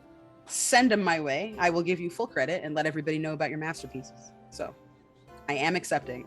So, especially since we're really on a roll. I've got some more written already and still some donated, but something tells me that the more we read, the more we're going to need. So back into this game. So you see these women They're sizing you all up. They confer for a second. You can hear them kind of just muttering to one another in the corner of the room. Agatha looks around. The very tan, olive-skinned lady looks around. I mean, the interior is not bad. It looks... They're upstanding enough. I mean, we always do this. We come here and we try to disrupt. They're clearly not busy. We should just go. You see Hester's eyes. She like rolls her eyes at this woman, sighs, and kind of continues the conversation. Jack is just sort of standing there looking at you all. This unfortunately is part of most of our festivities. It's not ideal, as you can see. Corinne, this is part of what we wanted you to investigate. I think I have a hunch as to why they're here, but I can't quite parse it out. I've been just stuck. These two, they go in and out of how rude or mean they are, but Hester, let's just say Ms. Humboldt has mastered the art of the insult. I'd like to see her take that title from me. That's right. Severin, you, and you see them like blush as you kind of like step up. Severin starts rolling up their sleeves, looking towards Hester, and says, "You say you've seen me around town." Yes? What So of it? You've been looking. What? And you see like this almost purple blush coming up from her neck into her face and around her ears. How dare you presume to know how I spend my time? I do not dare to presume, madam. I would only like to ask if you would like to take a closer look. And I'm going to use my heat of the moment to try and taunt someone into doing something they want to do but find unwise. You can tell me if Hester wants to take a closer look at Severin or not, but... You can see this look on her face has gone from absolute scorn to the softest glimmer of interest, and then like back to like looking to the left and right of her at her companions. What could she mean by that? I don't know what they mean by that. So I'm going to do this one with advantage. I'm going to steal one of the advantages. Okay. And I will roll plus daring. That is a 10 plus 2 for my daring is 12. Okay. So what do? She's standing there kind of like very haughtily looking at you with this sneer on her face. Mm-hmm. So on a 10 plus, if the target's an NPC, they'll do it in exchange for a small concession or reassurance. Mm-hmm. So Severin sort of unbuttons their little fencing jersey. They've got these silver buttons down a very high-necked, dark fencing apron. And they sort of undo this a little bit while saying, professional curiosity only, of course. You obviously want to know who to look out for as you're wandering around the town, making sure that all the townsfolk are not paying attention to my atrocious language and words. Quite right. I see you have a sword, a weapon.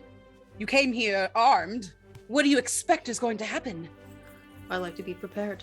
And pulls out the blade to flourish in front of her. And then Please tucks it away. describe your blade, Severin. Oh, yes. Okay. So Severin is 5'4", is actually quite small, but very, very buff. This like kind of half shave folded over very short hair, I would say. Comparable in length to mine, but like shaved down the sides, like so. They have a long, thin rapier. It is surprisingly delicate in these rough, calloused hands. Long, silver, very elegant sort of inlay on the very simple guard. I would say the most elegant thing about it is the fact that there is this very like tight spiraling metalwork that goes up the length, like halfway up the length of the blade. You brandish your weapon. And again, she takes it in and kind of takes a step back from you. seeing that you mean business and seeing the kind of the sharpness of your blade. She looks at you. So, what do you plan on doing with that? You would attack someone without a weapon? I would never attack someone without a weapon. If you brought one with you. I didn't quite think it would need to get here. Oh, no, yes. Go ahead, please. I throw my knife at their feet. Yeah. Like you're aiming for the feet and you're purposely missing, or like you're laying down arms? No, I'm not going to throw a knife through somebody's foot. What I meant was, I'm going to toss the knife at their feet and say, well, now you have a weapon. Cephalin, take it away. Hester looks down at the weapon and back up at you. I've seen you with your little girl, you know. I thought you would have the sense to not be armed, but you hired a band of ruffians. I mean, you must be able to protect your own. This world is far from civilized in some areas. I would never let one of my loved ones go out without some form of protection. I've seen enough. Ladies, gather your things. Jack, I will be back. I think you know that. Until I find what I'm looking for. And today, it seems like I may have struck out and your band of rapscallions have unfortunately scared poor Leontine. And you guys look over at Leontine and like, she's just daydreaming. She is gazing at Frankie like she's never seen such beauty. Like she's just like, Yes, I'm very scared. Thank you. Hester, yes. I'm quite afraid of these, whatever you are, rapscallions? Yes. So, we best be leaving. And you see Agatha kind of like straighten her dress and kind of like pretend she's dusting it off as she gets up off the sofa. And they start to kind of Such a shame. I would sashay. have loved to see your blade work. Hester looks over her shoulder. My blade work. Well, you should be so lucky. She reaches for the door.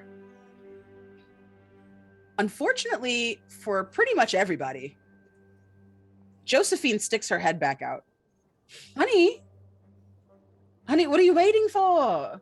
Come in here. The music is so lovely.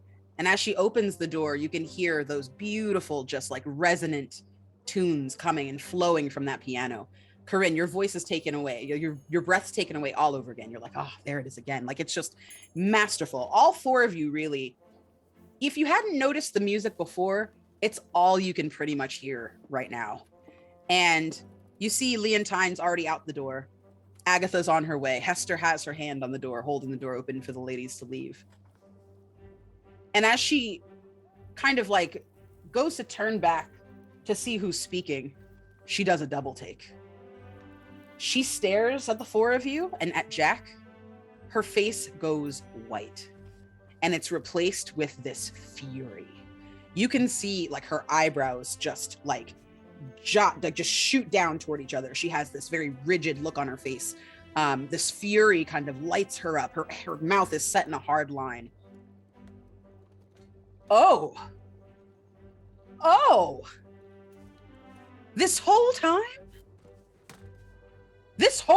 I demand to see her. You can see Jack kind of tense up. Listen, you need to leave right now. You are not invited. You cannot come back here if you're not invited. She says, I'm coming inside.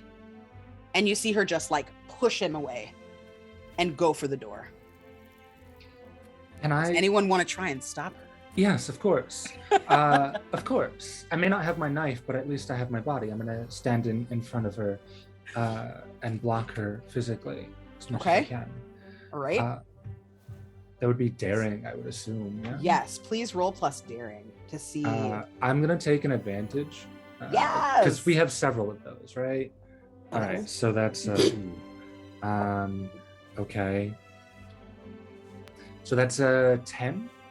10, very nice. Okay, so you stand your ground and she is like no match for you. You've got 2-3 inches on her and you're trying to just like, keep her from moving around, and your whole focus is just on this woman, and she looks up at you and you can feel the heat radiating off of her body. She's not hiding her emotions. You ma'am, you need to leave. You're not welcome here. This is a private event, and if you don't leave quickly, well, I can't promise what's going to happen to you, but I can guarantee you that you will not like the results. You threaten me? Oh no, I'm just saying, not at all, no threats. I'm just saying that I can guarantee you that you won't like the results. The results of your own actions are that has nothing to do with me. Not a threat. I would think that you would have more compassion for someone who's worried about their family.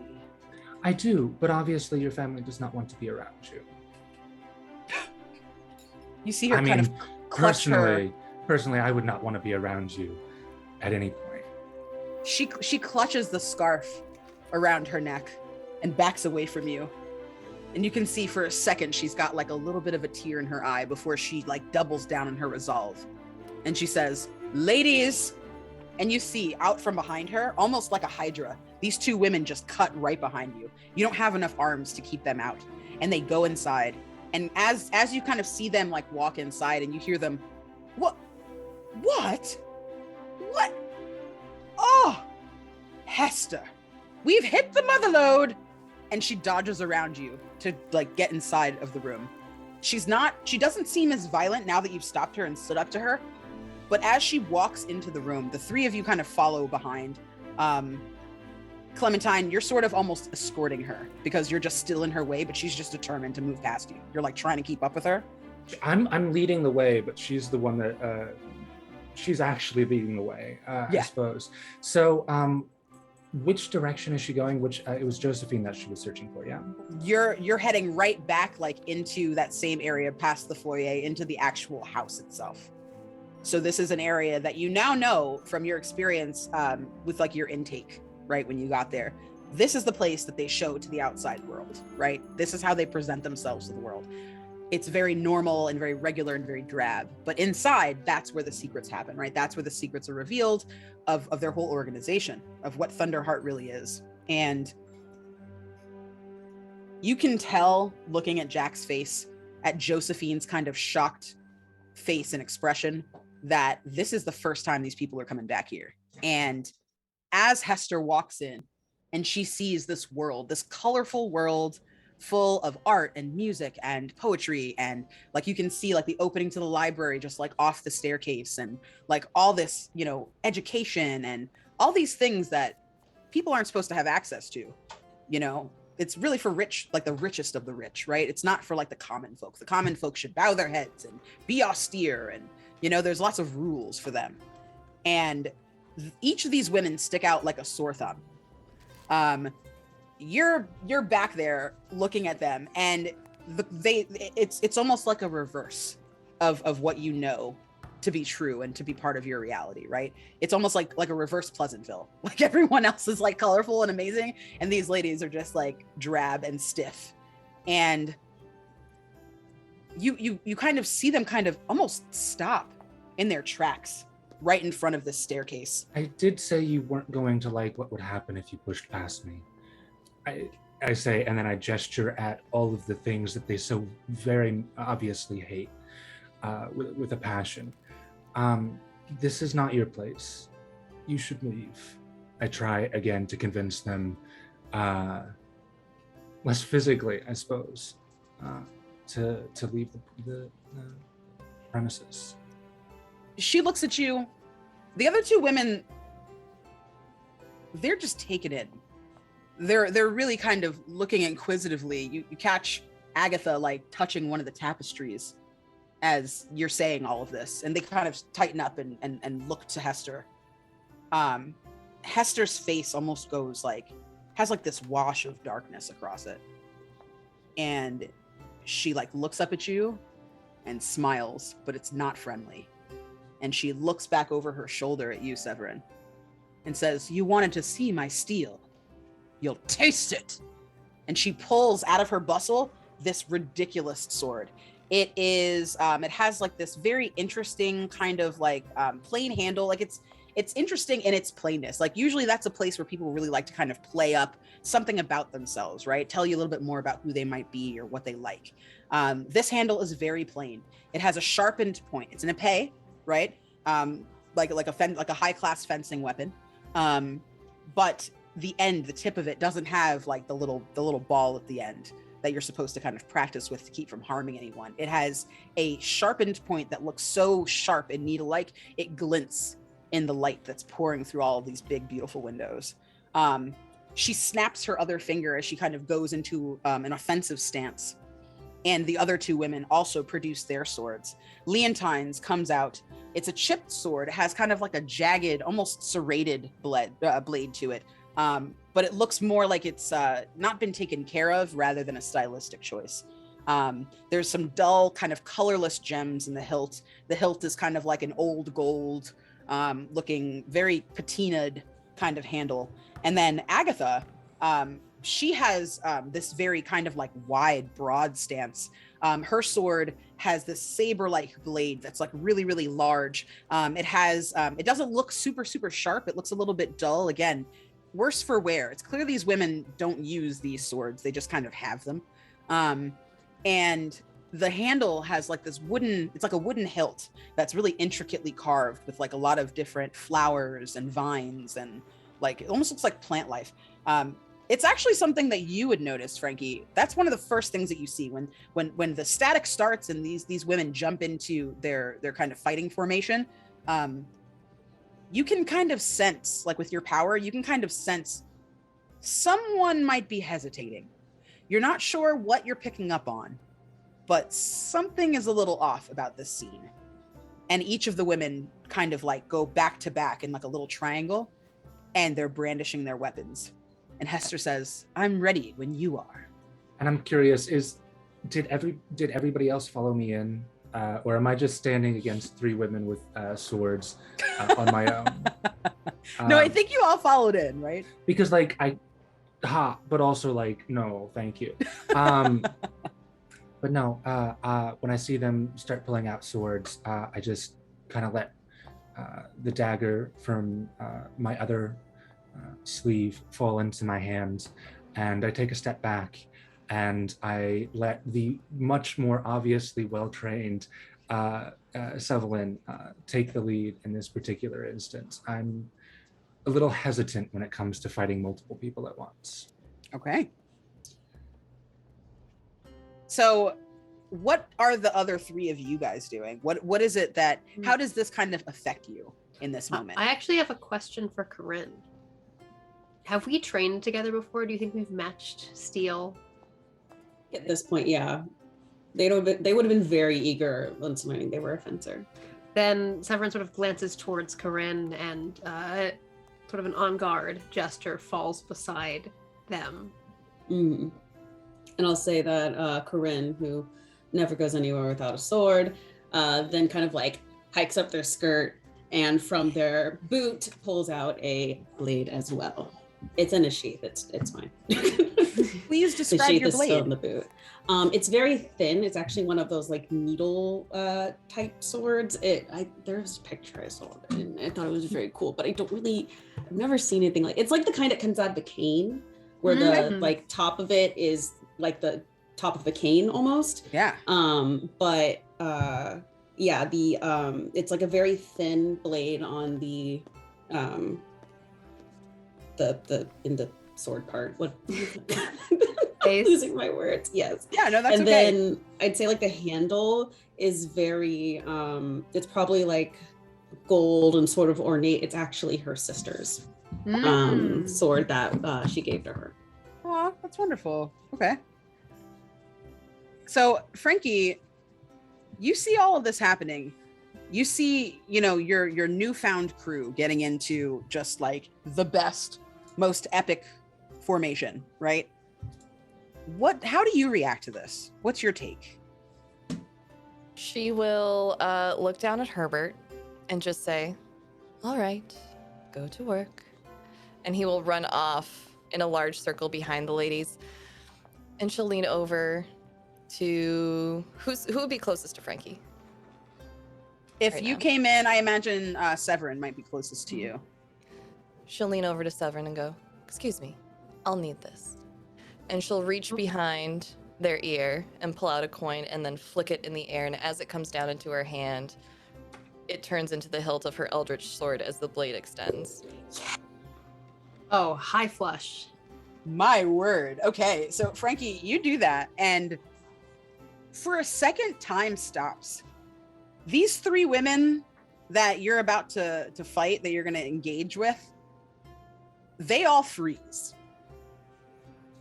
Not only do you have a sword, but like you produced it out of nothing. They see your magic, and you can tell that this is just a moment where things are starting to change. You're not quite sure how things are going to play out, but you can tell that these ladies did not expect to come here and see witchcraft. They expected, like this excess and this falderall because, these people are non-serious. They're artists, but they did not expect to see full-on magic today, and you have just produced this with a flourish. Please describe this amazing Eldridge sword. Excuse me. It is a short sword. The hilt is onyx black wrapped in black and gold leathers. The hilt features a skull with a gnarly looking guard that comes slightly down the blade, and the blade is pure black, like the blackest black you've ever seen. It is absorbing all light, but there is from the edge a faint glow of purple along the blade. Wow. Okay. So each of you can take someone that you would like to target here. Multiple of you can gang up on people if you want to. There's really no rule. There's 3 of them. There's 4 of you. You all kind of see Jack back up. He has one hand kind of wrapped around the back of his body, and he's pushing Josephine into what looks like maybe a fancy closet of coats and dresses and things like that. He's trying to kind of shove her somewhere safe. And it's the first time that you all realize that there's kind of a hush. The piano is still going, but there's not all those bustling individuals that were busy and, going around and doing things and straightening up and whatever. You don't really see anybody anymore. It's just the 7 of you, and then Jack trying to kind of coax Josephine away and out from the danger itself. And you start to realize this is the moment that they've been trying to prepare for. This is why you are here. This is 110% the need that they were expressing to you. Yes, they also need people to help kind of guide the new members and, people to inspire and to challenge, the status quo with them, but they also really need protection. Clementine, that kind of warms your heart. You see Jack looking to you with this plea on his face, And, oh my God, dog, stop. Sorry, puppy, again, they're very poorly trained. But no, and I see the look on Jack's face, and I immediately step in, and I step closer to Esther, obviously squaring off against her, since she's the one that's the most obviously antagonistic to this entire group of people. And I don't want to fight anybody is the thing. But I suppose at this point, when swords are already drawn, I suppose I have to. I could try to de-escalate, but that did not work the 2 other times that I tried. So you do have the option, if you would like to fight, right, and maybe be defensive, you can still do any other move, either from your playbook or the basic moves, to move forward. So if you want to try and figure her out, for example, you can still roll for that, but give the action that you're defending yourself so that she's not just rolling over you. I think I am gonna attempt to. I'm looking at the fight moves here. I apologize. I am not terribly prepared. Totally for okay. An actual fight. Goodness, I thought we were going to be flirting the entire time. Have we stopped flirting? I mean, look, it's an. I'm No, going you have right not. for Hester. There's just swords. Right now. after. I mean, fighting is a type of flirting. That's true. Fighting is the best. Actually, no, it's not. Never mind. It is not the best foreplay. Listen, there's productive form a of season for foreplay. everything. So I mean, different strokes, right? But no, I think I'm actually going to.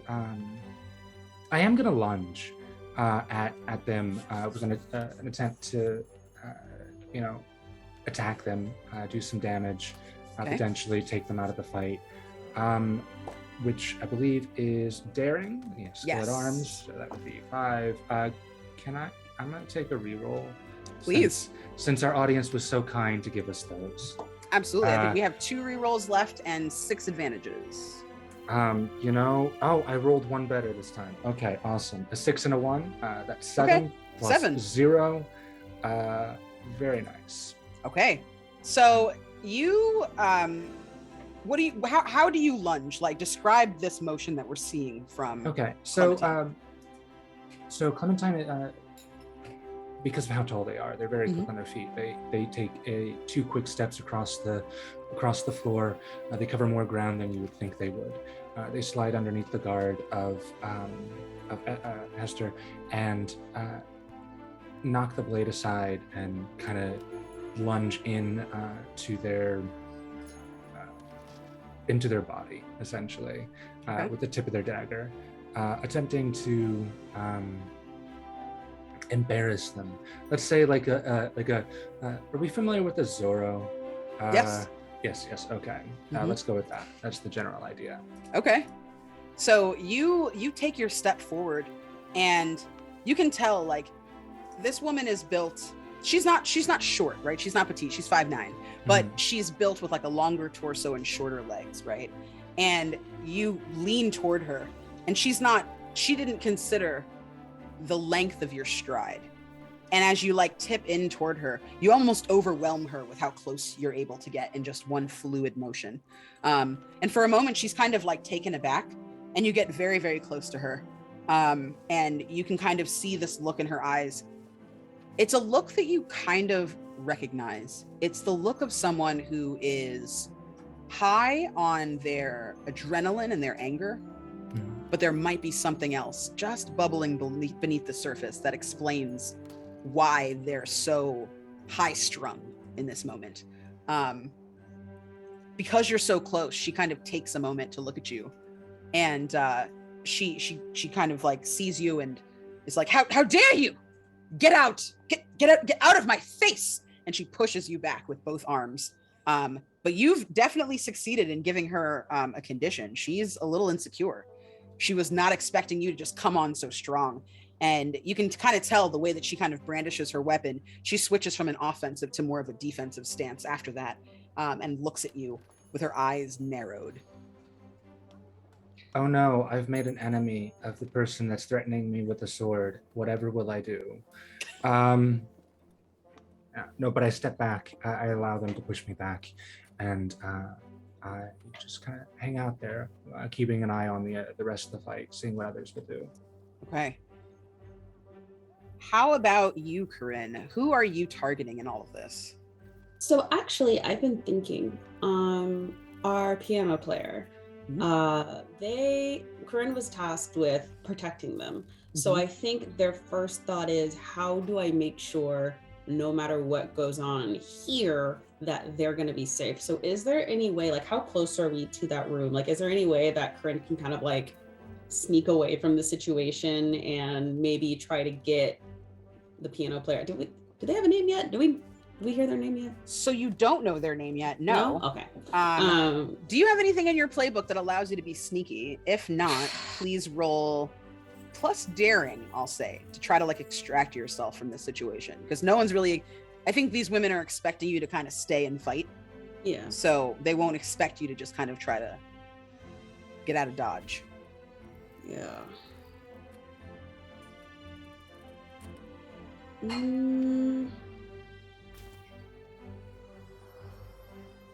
lot of these are like fight. Fight things. Dang it! I never have anything that's good for the actual movie. It's okay. You can absolutely just go ahead and roll plus daring if you want to. Just a general roll. Plus daring, That's also yeah. good. Yeah. Sort of. I thought I saw something about like being sneaky, but I can't find it. Oh wait.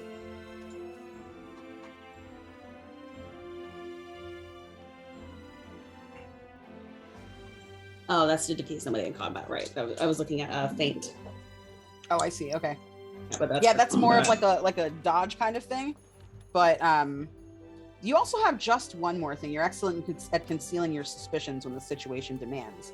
So part of what's happening to you right now is you want to make sure that you can like keep the focus away, take the focus away from this other person. But you also could turn that into another move if you wanted to try to figure out like what's happening here. So whichever you prefer, if you'd rather like kind of try to sneak away and go and talk to that other person, feel free. That'll just be whatever, your roll plus daring. Otherwise, I would say roll plus spirit for the alternative for your playbook move. Okay. Mm-hmm. I'll do the I'll go ahead and do the roll to kind of like sneak away. Okay. So I want to reroll. Go ahead. No. Because how many is it? Oh yeah, and I would like to reroll actually. Go ahead, please. Yes. So I got like not a good number. So we've got 6 advantage and 1 reroll. If anybody wants to donate for some rerolls, please feel free. Thank you so much, chat. Okay, much better. So that'll be a 10. 10. Beautiful. Okay. So you kind of see this skirmish happening, and you can see that like Frankie is on 10, that Clementine is on 10, that Sevelin is on 10, and these 3 women are kind of eyeing all of them, and you kind of wait for that perfect moment. All your fencing training of how to kind of slip by people and dodge and kind of parry, right? Mm-hmm. It's really kind of just going into overdrive in your mind, and you see a little sliver of a moment where you're able to just kind of haul ass behind you. You kind of disappear behind the banister, behind this like large staircase, wait a couple more seconds, and then kind of twirl into the ballroom. When you get in there, you can hear the music is still going. The person sitting at the piano is just rocking back and forth. They might even be playing a little bit louder now.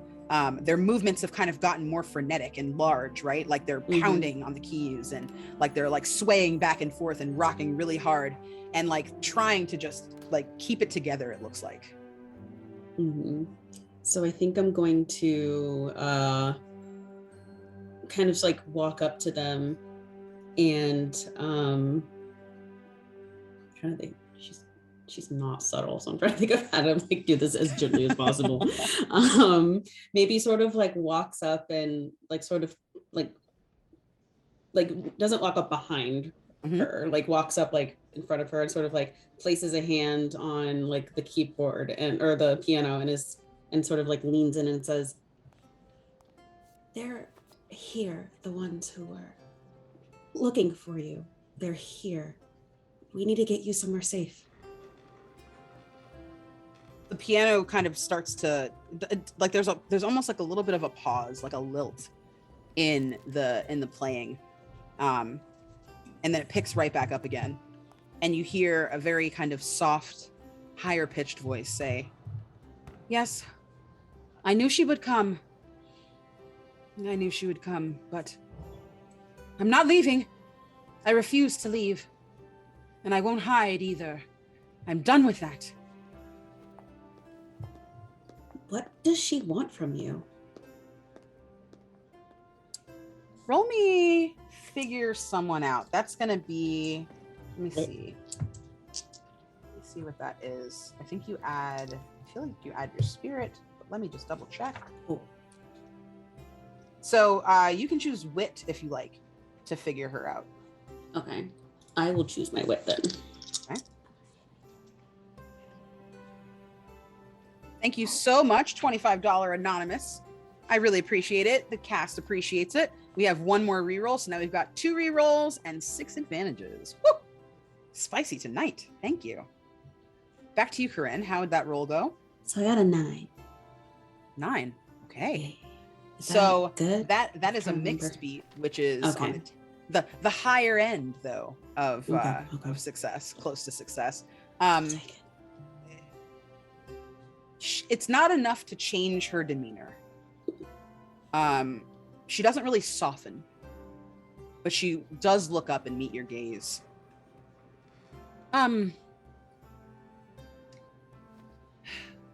What does she want? I mean, I don't know. she wants me, but But why? You wouldn't understand.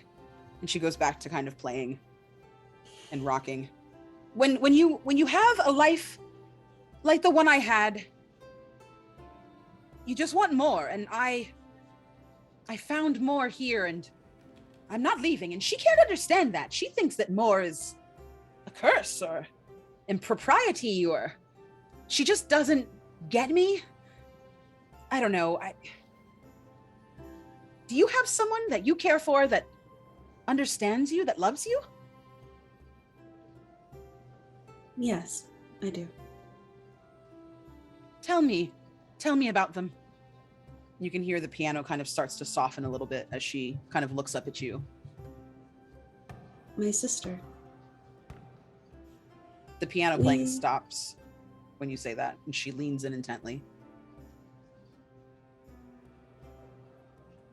She's always sort of been there for me. I suppose, no matter what wild thing I ran off to do, she always supported me. So when she ran off to do her wild thing to be herself, well, I supported her right back. She taught me fencing. She taught me to look closer at everything. But she also taught me to do everything with kindness, or else what's the point? You know?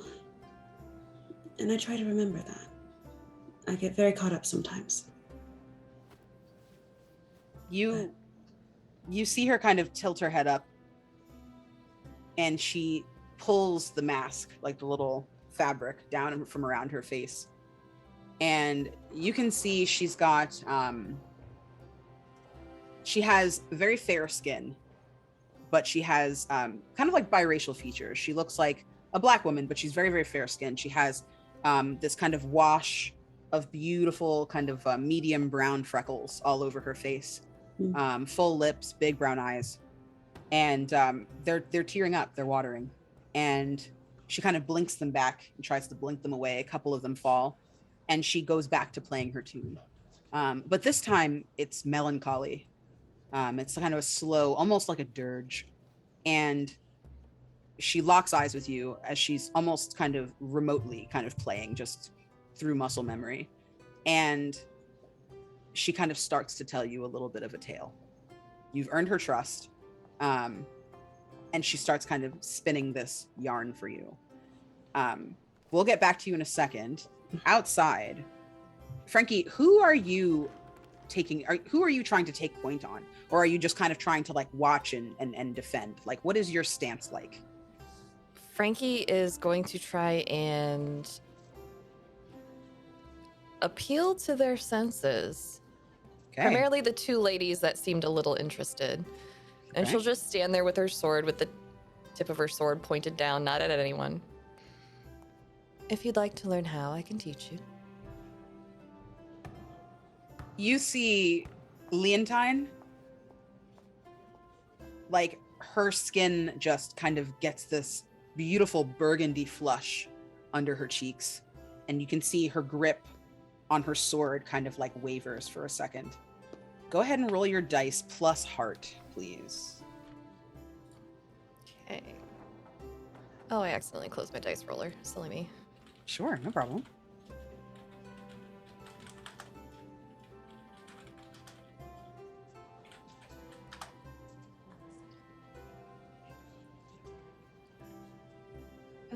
What's my heart? Oh, I don't have much heart. That's 5. 5? Okay. Yeah. Do you want to use a reroll? Or are you good? Do we have a, I mean, do we either have way, a reroll? Yeah, we I'll do. use one. Who was it that you were attacking again? I'm not attacking anyone. Okay, never. The vibe is on the two henchmen, hench Okay. people. I was trying to figure out if I could use a move. It says when fighting, so never mind. Yeah. No, this is an entice. That was worse. Worse? Okay. That's a 2. Let's take your 5. Okay. get to mark experience though, right? You do get to Yep. mark experience. You say this, let me teach you. And it's almost too effective. Leontine looks at you with this kind of shocked expression almost. And you realize that like there's kind of like a light static, like a shine that's radiating from you in this moment. She's kind of staring at you a little bit, and strangely enough takes a step closer. Again, the hand on the hilt of her weapon, you know, she looks like she's trying to grip it, but her maybe her hands or palms are sweaty, and she just can't like quite secure it, but she's still like walking toward you, and you're not quite sure if it's to make a move or if it's more intrigue, as she kind of looks you in the eye, and kind of like focuses on the tip, this like kind of staticky tip of your sword, and like all the kind of magic that's flowing around your weapon. Teach me what? Magic,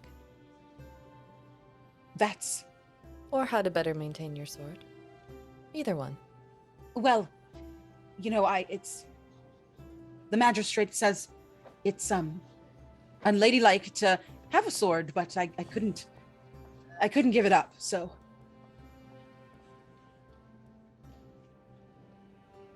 Well, Ah. since you all are a bit okay with owning a sword, maybe you would Well- all be okay with a bit of magic. A bit of magic. I don't know. I've heard that leads to all kinds of dangers, and I'm not a particularly dangerous person, so your forwardness is absolutely flustering her. You can see like the burgundy in her cheeks just grows and grows and grows. There's a flush kind of coming up and rising above this high neck blouse that she's wearing as well. There's like a little cameo fastened there. Mm-hmm. It's never too late to become a dangerous person. Agatha looks at you and doesn't know what to say. Like Leontine is still like her eyes are locked with Frankie. Like she can't take her eyes off of Frankie at all. But Agatha is looking at you now, Severin, and says, "Oh, because you're so dangerous." Yes. And I am going to lunge. Ooh, okay. Go ahead and roll. Let's see what kind of lunge this is. I'm going to take this one with advantage. Yes. And that is 9 plus my 2 daring is a 10 plus. Ooh, means- spectacular. When I lunge with a bold and confident attack, I get to inflict a condition, mark a condition, and choose 2 maneuvers. Okay. What are you inflicting? Also, side note to everybody: 5 advantage, 1 reroll. Got it. Mhm. I think I would like to inflict a frightened condition onto her. Her, right? Yes. Mhm. Frighten her a little bit, and then I'm going to mark, since I have to get a condition, I think I'll become angry Okay. as well.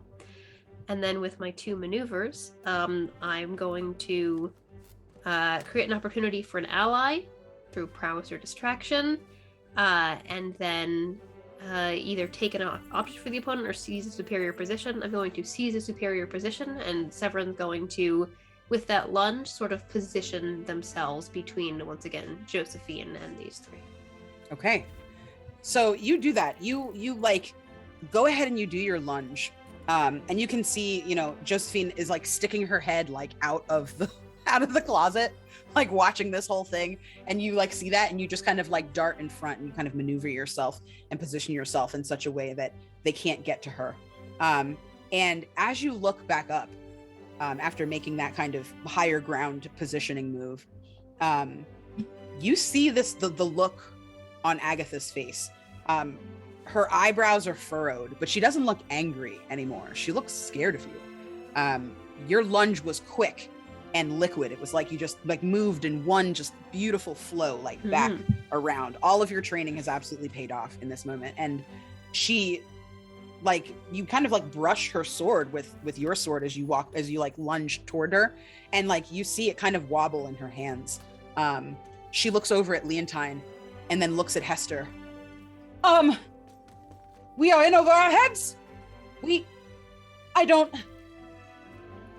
And then, because I have the impressive swordplay move in my playbook, when I roll a 7+ to fight, I can gain a string on someone who is present and ask their player what it is about me that has impressed or intrigued them. Ooh. So, I think, Clementine, what about Severin has impressed or intrigued you in this moment? What hasn't is the real question. No, genuinely, seeing somebody that can handle themselves in a fight, as well as like just so thoroughly impressed with swordplay and wordplay at the same time. It's chef's kiss, top notch.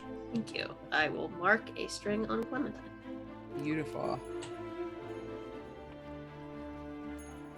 Awesome. Critical shit. Thank you for your donation. We've got another advantage. Woo! All right, so now we're back to 7 advantage, 1 reroll. Thank you. Oh, sorry, no, one was just used. So 6 and then 1 reroll. So you share this moment with Clementine. And when you look back, Severin, you realize that you've also inflicted another condition on Agatha. She will no longer meet your gaze. You can see her kind of turning her sword, like her saber, over in her hands, and she takes a couple of steps back and extracts herself from the conflict. She goes and kind of stands like close to where Jack is kind of protecting and like watching over the door and watching over like the other corridors. As this has started to kind of die down a little bit, a very little bit, you can see there's like some eyeballs on you guys. You know, there's people kind of peeking out of corridors, peeking out of rooms, still not entering the fray, still not coming in where you all are, but just interested. And she kind of like drops her hand to her side and sets her sword down and like looks over, sees like a little kind of like chest there and just sits on it. And you can see she's kind of lost in thought. Her eyes almost look glassy. And she's a little unresponsive. She's just kind of broken down. Like all of this has been a lot for her. And you can tell it's taking some time for her to process what's going on and the emotion she's feeling. Frankie, you are still kind of like locked with Leontine. She sees out of the corner of her eye, you can kind of see her like checking over to the side. And she sees her companion kind of extract herself from this kind of battle of swords and wits. What do you do in that moment?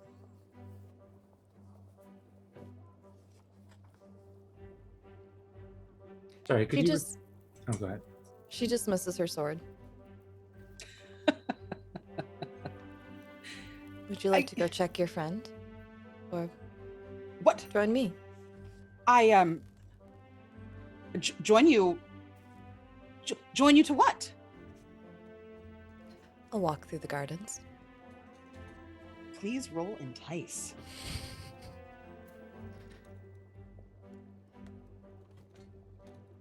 What is entice? Is that plus heart? Yes. All right, that's a 9. 9. Okay. She hesitates for a moment and like looks back over at Agatha, almost like she needs help. Like she's looking for someone to save her. Like, someone tell me not to do this. And there is no one there because Hester is focused very much on Clementine. And this other woman is just, you know, a puddle. So she is not finding kind of any purchase at all with someone who is going to like save her from herself. And she looks at you and she begins to kind of extend her hand towards you. And just before she kind of takes your hand, your fingers in hers, Hester says, "What do you think you are doing? Stand your ground." And you can see she looks very ashamed. We're going to mark insecure for her. She's very conflicted. Like she's looking between you, Frankie, and she's looking at Hester. And she kind of holds up her sword again, but this time like with even less courage and less confidence than last time. You can see like she is losing the battle of wills that is before her. I'm sorry. Was the relationship between these three ever clarified? Are they family? Is Hester the mother? Like, is there any sort of relationship between them? So you're not aware of any specific relationship between them. You know that Hester is here for someone that she clearly must have some kind of relationship with, but you don't quite know their relationship other than they're all in this Witchfinders coalition. It's very flimsy to you. I believe there was a move, like figure somebody out or something. Figure someone out, yes. Yes. You can use, because you're in the heat of like passion, I'd say you can use either your heart or your wit here. Oh, well, I'm very witty. Oh, so witty. Pretty witty and wise. 6, 7, that would be, 8. 8, okay. So you are there with Hester, and you, like, how do you approach her? Like, are you just kind of like doing your defensive moves as she's kind of coming at you, and you ask her? So like what I'm doing is I'm testing her defenses, making various feints here and there while trying to engage her in conversation, which is a very strange thing to do in combat, but hopefully she'll let something slip when she's just like batting away my sword. So I poke at one side and I'm saying, so why do you keep treating these two this way? And I poke at her other side, and I'm constantly needling her with not only my dagger, but with questions. Okay. So you can see this is having a very dizzying effect on her. Her gaze is all over the place. You can't see, like, her reactions are very good. They're very tight. You can't find any holes like in her actual defense, but in her eyes, you can see that there's a lot of holes back there. There's a lot of traps, and she falls right into yours. She looks up at you. It's none of your business, first of all, but if you must know, we are the Ladies' Witchfinder Coalition, and I'm sure that one of you are a witch. I just know it. I can smell it. I can smell the magic. I know that one is, but there must be someone else here. Why are you so obsessed with finding witches? What have they ever done to you? We must stamp them out to keep others safe. And she kind of breaks for a moment and covers her mouth like this as she moves forward and presses her blade against yours, pushing you back again. I think the only person that's bringing any sort of danger to people is you. I mean, have you seen how you've been treating us this entire time? You've barged into our home. You've threatened us with your weapons. You're obviously mistreating all of these very kind ladies. I think you need to do some reconsideration of how you've been doing things. I say while continuously needling her with dagger. Yes. Enough of your peppering with questions. I've had enough. You're trying to distract me. I will not be distracted from my focus. And now I'm thinking of Edith, the very nice cook. Peppering. Yes. Spectacular. Edith pops her head out. Peppering? Later, honey. So you see this this intensity is continuing on, but you say that you haven't been very nice to us. We've done nothing to you. And she looks at you and she sneers. Sometimes it's not about how you treat other people. It's what waits for others when they go against the rules. You all haven't learned the lesson yet. You're much safer on this side of things. Let me protect you. And she snarls at you and kind of like lunges again, but you like carefully kind of move out of the way. Back over with you, Corinne. The story that you're being told is a fairly sad one. This young woman's name is Virginia. She introduces herself. She tells you, sometimes I feel like wearing breeches. Sometimes I feel like wearing dresses. Sometimes I feel like bathing in the moonlight naked. And I feel like that should be okay. It's so close-minded the way that she is. She's so vindictive, and I don't understand why she is the way that she is. She hasn't always been this way, She hasn't. No, she used to be fun. I remember when I was young, mother left quite young, and I was just there, and well, Hester was all I had. And I remember one day I was outside, and she like slowly starts to kind of wind down from playing the piano as she opens up to you. I was outside and I was playing, and this happened. And she opens up her hands like this toward you, and you see pink and orange and red and white sparks start to kind of ignite and fly out of her fingertips.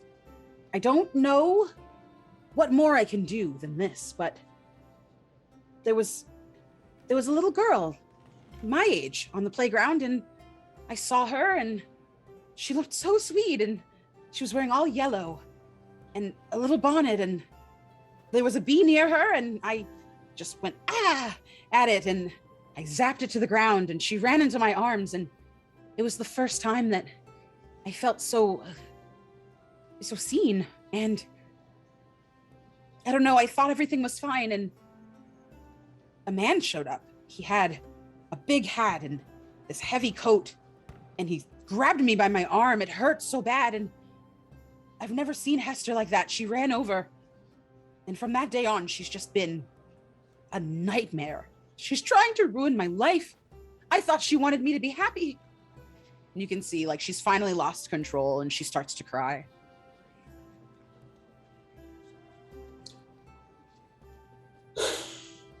Sometimes we have good intentions and we don't always show them the right way. It doesn't excuse what happened to you, but I think she does care. She just isn't doing it in the right way. So she's your sister. She used to be. I have new sisters now, all around me in this lovely place. Sisters, brothers, siblings. I'm accepted here. I shouldn't have to leave if I don't want to. No, you shouldn't. But, well, they're here, and I know, but I don't want anything bad to happen to this place. I think it's wonderful, and I think it's necessary, especially because the world outside of this room is so much what it is. But this has to stop. This has to be the last time they come in here. Like this, at least. I wish she would just go. I hope she doesn't hurt your friends. I don't know what she could do, but I don't know. I always feel like she's plotting something. She just wants me back, and I can't go back. You understand? I can't go back. Of course. She takes your hand, and she looks up at you, and she says, Is your sister Grace? Yes. Do you know her? You look so much like her. And she kind of takes her hood down. And underneath is this like big, beautiful, just like shoulder length mop of curly ginger hair. Really beautiful ringlets, really tight, kinky ringlets. And she looks up at you, and with wonder in her eyes. Her face, her demeanor has changed when you kind of started speaking of your sister. I accompany her sometimes. She's an inspiration. She's teaching me to sing. She is a lovely singer, isn't she? Well, this is where you belong, and I don't want anything bad to happen to you or it, so I won't tell you to hide if you don't feel it's right. And I won't tell you to go out there and confront her if you don't feel it's right, but I want you to know that I'm going to do everything in my power to make sure this stops today. All right. I'll think about it. I promise. I'll think about it. She kind of like looks up at you, and she kind of continues with playing. Everyone outside, you all can hear the music kind of stop for a moment. You don't hear the conversation, but you can tell that something must be going on in the ballroom. There hasn't been kind of a lull this entire time that you've been there. Sevelin, what are you doing now that your opponent has kind of backed off?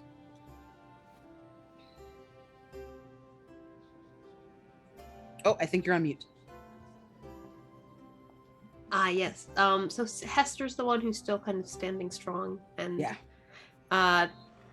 Going to turn to Hester then, and I'm going to use my lust at first sight move, which is to say, going to try and sort of distract Hester with this declaration as Sevelin steps up and steps forward with the tip of the rapier, draws it along the sort of metal edge of Hester's blade, and says, I think you have something more important to focus on than these old connections. They're holding you back. This rage, sour and bitter. There could be something much more beautiful between us if you wanted to pursue it. She looks at you, and Clementine, you see her attention just completely shift. At first, her face toward you, Sevelin, is very closed when she first turns to you. But after like a couple of seconds, you finish what you're saying, and you see this like softness kind of wash over her face for a moment. Go ahead and roll, please. Okay, and I'm giving her a string on me. Okay. And this is, am I rolling with heart? Yes. Oh man, I'm definitely going to take advantage on this. Okay. 5 advantage left. And for the audience, these will roll over game to game, week to week. So thank you in advance. That is a 10 minus 1, but I take a +1 forward to any act that's related to the new interest. So it is 10 minus 1, 10. Okay. So Clementine, you've done such a great job warming her up. She's already kind of thinking, she's got a lot in her mind. She's feeling a little guilty. She's feeling a little exposed, maybe a little insecure. And Sevelin, you lean in and you say that to her, and that softness just doesn't go away. She holds your gaze for a moment before she kind of like looks away shyly. She allows you to press into her space. Do you kiss her? I will, but before I kiss her, because I am a scoundrel, and I when I become smitten with someone, I give them a string. I have to answer this question: why would our romance never last? So before they kiss, Sevelin is thinking very sort of with this like little hesitation, knowing that Hester is someone who has values that are so distinct from the way that Sevelin wants to fight against any kind of expectation to live in defiance, is interested in the spark of this romance, to seek out that defiance, to see if they could change Hester's mind, but knows eventually that she will hold them back too much. Leans in and kisses her and sort of tugs the blade out of her hand. So you lean in, you lay one on her. She is taller than you are, but she's so drawn in by what you have to say that she kind of stoops down to meet you.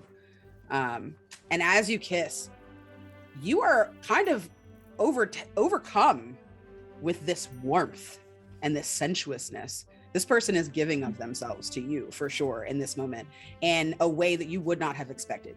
You're going in going, this can't work. She's too uptight. But she's sort of melting into this kiss. And as it ends, she snatches herself away, leaving her blade in your hands. And she puts her hands up to her face like this. And you can see like her lips, she has no makeup on. She's, like I said, very severe, but her lips are like, it almost looks like popsicle stain. Like they're so like red and blushing, and her face is like lit up. And she's gazing at you, and she like kind of snaps out of it for a second and like looks at you and sees that you're holding her blade. And she looks around, and like she looks at you, Frankie, next to her, and she looks at Leontine, and like with your moves and your vibe, like you have started to wear this person down. And she's like clutching your hand, her sword is on the floor, like she's gazing at you. She looks over, she sees that Agatha is just like lost in thought. She looks at you, Clementine, and kind of sees like this position of strength that you carry about your person. And you're kind of there, like looking at her and kind of gazing at her, like, what's next, you know?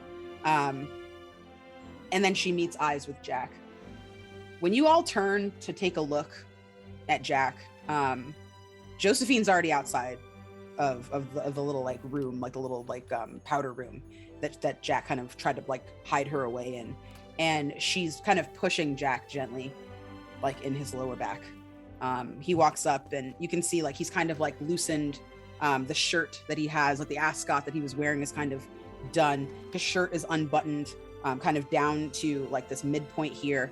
And he walks over to Hester and he says, "We've known each other for a long time. Are you done? Can this be done?" And she kind of just collapses on the floor, trying to kind of like reach for her sword, kind of haphazardly. And you all see suddenly this kind of fiery burst of energy come like flying out of the ballroom. The person is new to you, Corinne. You're super satisfied to see her. She walks up to you. She locks arms with you, kind of like holding on to you for, you know, support maybe. She's super, super close to you. You can kind of feel her body pressed against yours. And she looks at Hester. "Sister, I've made up my mind. I don't know why you're like this. I can't solve you, but I need to be here. This is my home now, and I'm standing on my own 2 feet, and I won't be made to leave." And she kind of purses her lips and like glares at her sister. But Hester is just there crying on her knees. And you guys see as she lifts her face, Frankie, you're probably the first person to notice this. There's like a blue aura all around her body. It almost looks like a little bit of like an electric current. And she stands up, she dusts herself off, and she touches like the middle of her stomach. And from spreading from where her hand is, like on her corset, her dress turns into this like beautiful, like blush pink color from head to toe.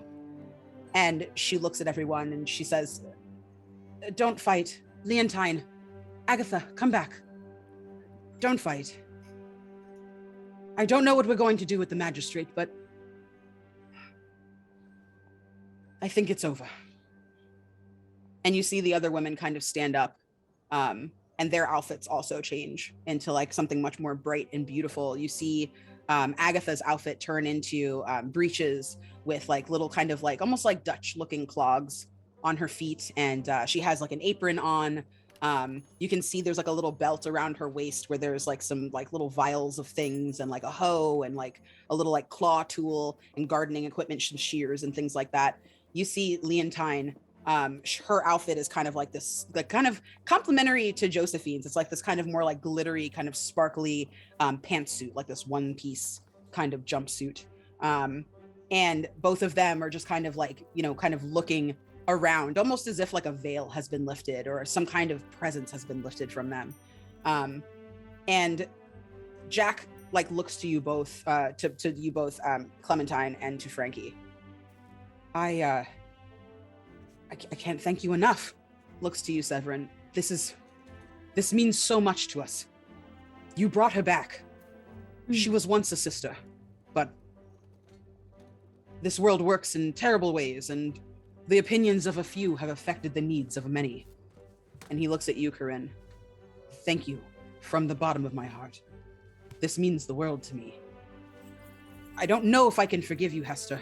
Not this quickly, but if you'll be your truest self with us, we can promise to respect you. And you kind of see for the first time a hint of a smile on this woman's face as she lets her hair down. It's this beautiful kind of curly, tangled mess of like really beautiful orangey ginger hair with her like big white streak. And she kind of fluffs it up.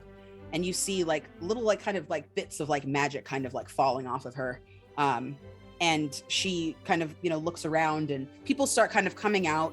And you can feel like this really beautiful shift in the energy as the swords are put away and the party can start. Nothing is ever simple, but with these women on your side, you feel kind of a renewed sense of hope for this place. Agatha goes outside. Frankie, you kind of follow behind her to go check in with Marie, right, at her gravesite. And as you walk outside, in Agatha's footsteps, as she's walking kind of further and further into this beautiful space, you can see like all these beautiful wildflowers just kind of start to like shoot up like in each of her footsteps as she's like walking past. And you see her kind of like wave her hand over the plot of land, and all of the tombstones kind of like spring up and snap back up to like a really beautiful height. And they have, they're all cleaned off and everything like that. There's flowers on each of the little beds of like right in front of each grave. You can see Leontine, she kind of like comes alive, and she, kind of whisks Virginia off with her, right? And kind of goes back over to the piano, and you see the two of them kind of laughing a little bit, and her kind of practicing her trills and her vocal exercises as she stands there and, does a couple of dance moves that she shows to Josephine, and they're kind of engaging with each other. And Edith comes back out with a fresh tray of delicious tarts. She waltzes up to you, Clementine, past Hester, who is like busy kind of comparing outfits with Orlando, who is now in this really interesting kind of getup. Like they have this like really cute kind of pleated like calf length kilt almost, with like a pink and baby blue and white tartan, and their top is like this really beautiful kind of like low cut open kind of chested like lace up top that has some ruffles around the side, and their hair is like pulled up into like these like two little like cute kind of pigtails behind their head, and they're comparing their outfits. And you can see Hester kind of changing into these different kind of almost sport looking outfits. Like there's a cricket outfit that she tries on for a moment, and they kind of keep kind of going through their clothing, and Hester's changing their clothes and like changing her clothes, and everyone seems to be kind of starting to calm. And as you guys just kind of try to reclaim your night and reclaim the Thunderheart Sewing Circle for yourselves, you kind of get the sense that things in Stratford upon U-Haul are going to be looking a lot more colorful in the future. And that's where we're going to close it tonight. Thank you so much, you guys. This was wonderful. And I had the loveliest time. I had an amazing time, but I am offended that you wouldn't let me have more time with Edith. You can come back and have as much time with that adorable chef as you Oh, want. I will. I need She more is intending tarts. to climb I need more Clementine like a tree. She's delightful. I need more tarts in my life, and hers are amazing. So Yeah, the one that she hands you has like this beautiful, intricate, like almost lacy effect on top. She has sliced the Clementine oranges so thin. that's You can incredibly just gay. bite into And it. their I'm ship in name be love. Fruit Tart. Yeah. Yes, Clementine it is fruit a tart. baby fruit tart. I Because she's so mean, tall though, it's like a larger fruit tart.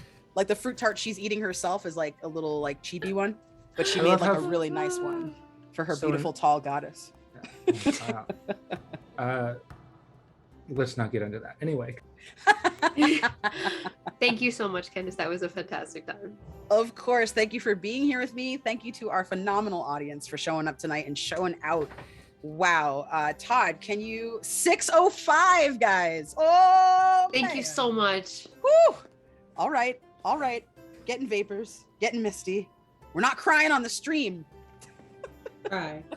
I This would mean, be the one place we that we could, could. but we We that's totally going to be could. an extra several $100. For $100. Yeah. For $100, I will cry on stream right now. I am holding it back the entire time. So For Thank you. $100, Herbert the will. puppy will do something so adorable that everyone will burst into tears.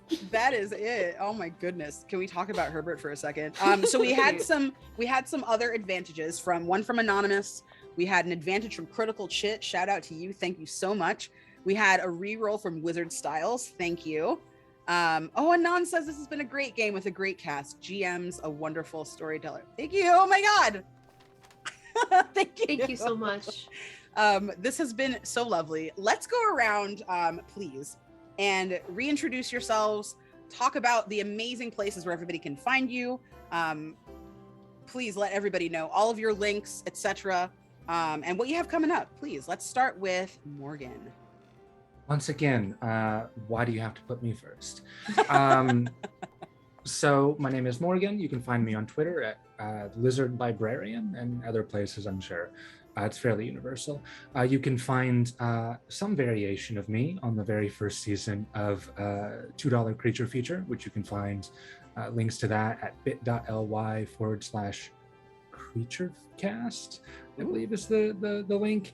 I have done some things for Wanderer Haven's publications. You can find them at WH Pubs on Twitter as well. We are going to be starting up a Demigods campaign in July that I'll be GMing. And I'm also on Itch. I think you can find my first game there, but I'd rather you just donate to the Trevor project. So thank you. Thank you so much for being with us. Love Clementine. Excellent sword MILF. Just spectacular gameplay. Excuse me, much. knife MILF. Knife MILF. Excuse me. There is a very serious distinction. Very important distinction. Absolutely. Anyway. That's a whole other energy, knife MILF versus sword MILF. I agree. Beautiful. Thank you. Let's go to Alex next, please. Thank you. I have been Alex. I use he, him, and they, them pronouns. You can find me on the internet on Twitter, which is where I post most often, at alder_mancy, or on Instagram, alder.mancy, or on TikTok at aldermancy. And I'm also going to be making some really cool content soon over on Itch and Ko-fi at Sword Ghost.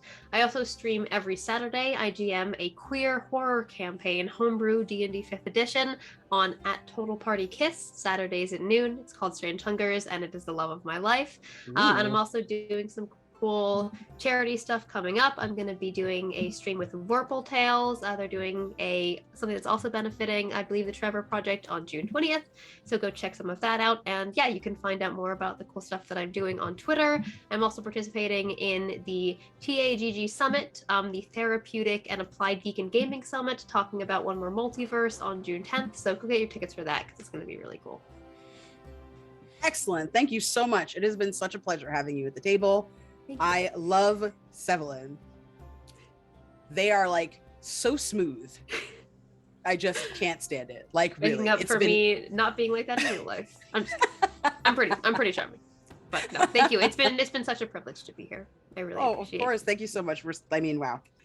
We are just, on to the next fantastic player. Like I have a wealth of talent at my table, and I'm really just kind of in awe.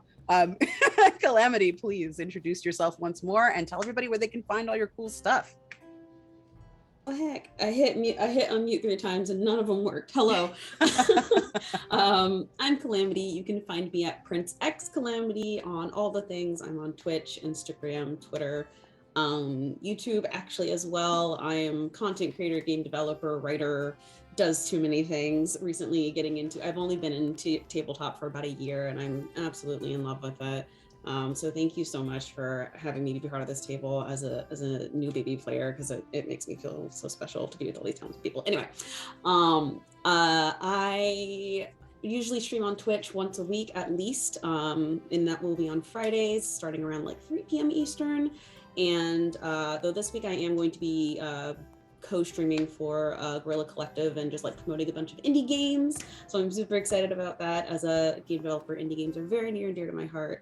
I'm going to be part of a lot more tabletop stuff as a producer and performer over the next month for various amazing Pride stuff. So if you want to know about all that, definitely check me out on Twitter. That's where you can kind of find out what I'm doing next. And I was supposed to release a prototype of the game this month, but that's gonna have to be pushed to next month because I signed up for way too much Pride stuff. So keep an eye out on that too. I feel like everyone at this table is like, yeah, too busy. Candace, can I just say thank you for giving us a gay fairy tale, because it made my heart very happy. Yay! That's all I wanted. I feel like I've been successful, and I appreciate all of you really bringing it and just showing up, because I was so nervous. And like the second all of you started your phenomenal role play, I was like, you've got this. These players are great, and they're making your job and life so easy. So thank you so much. I really appreciate it. And last but not least, Sarah, tell everybody about your cool ass stuff that you do. Oh gosh. Hi everybody. I'm Sarah. I am a major TTRPG nerd these days. You can find me all over the internet as the Hype Goblin. I do a lot of cosplay content centered around my campaign characters. You can find that on TikTok and Instagram. I have breakdowns of how I go about creating characters over on my YouTube page.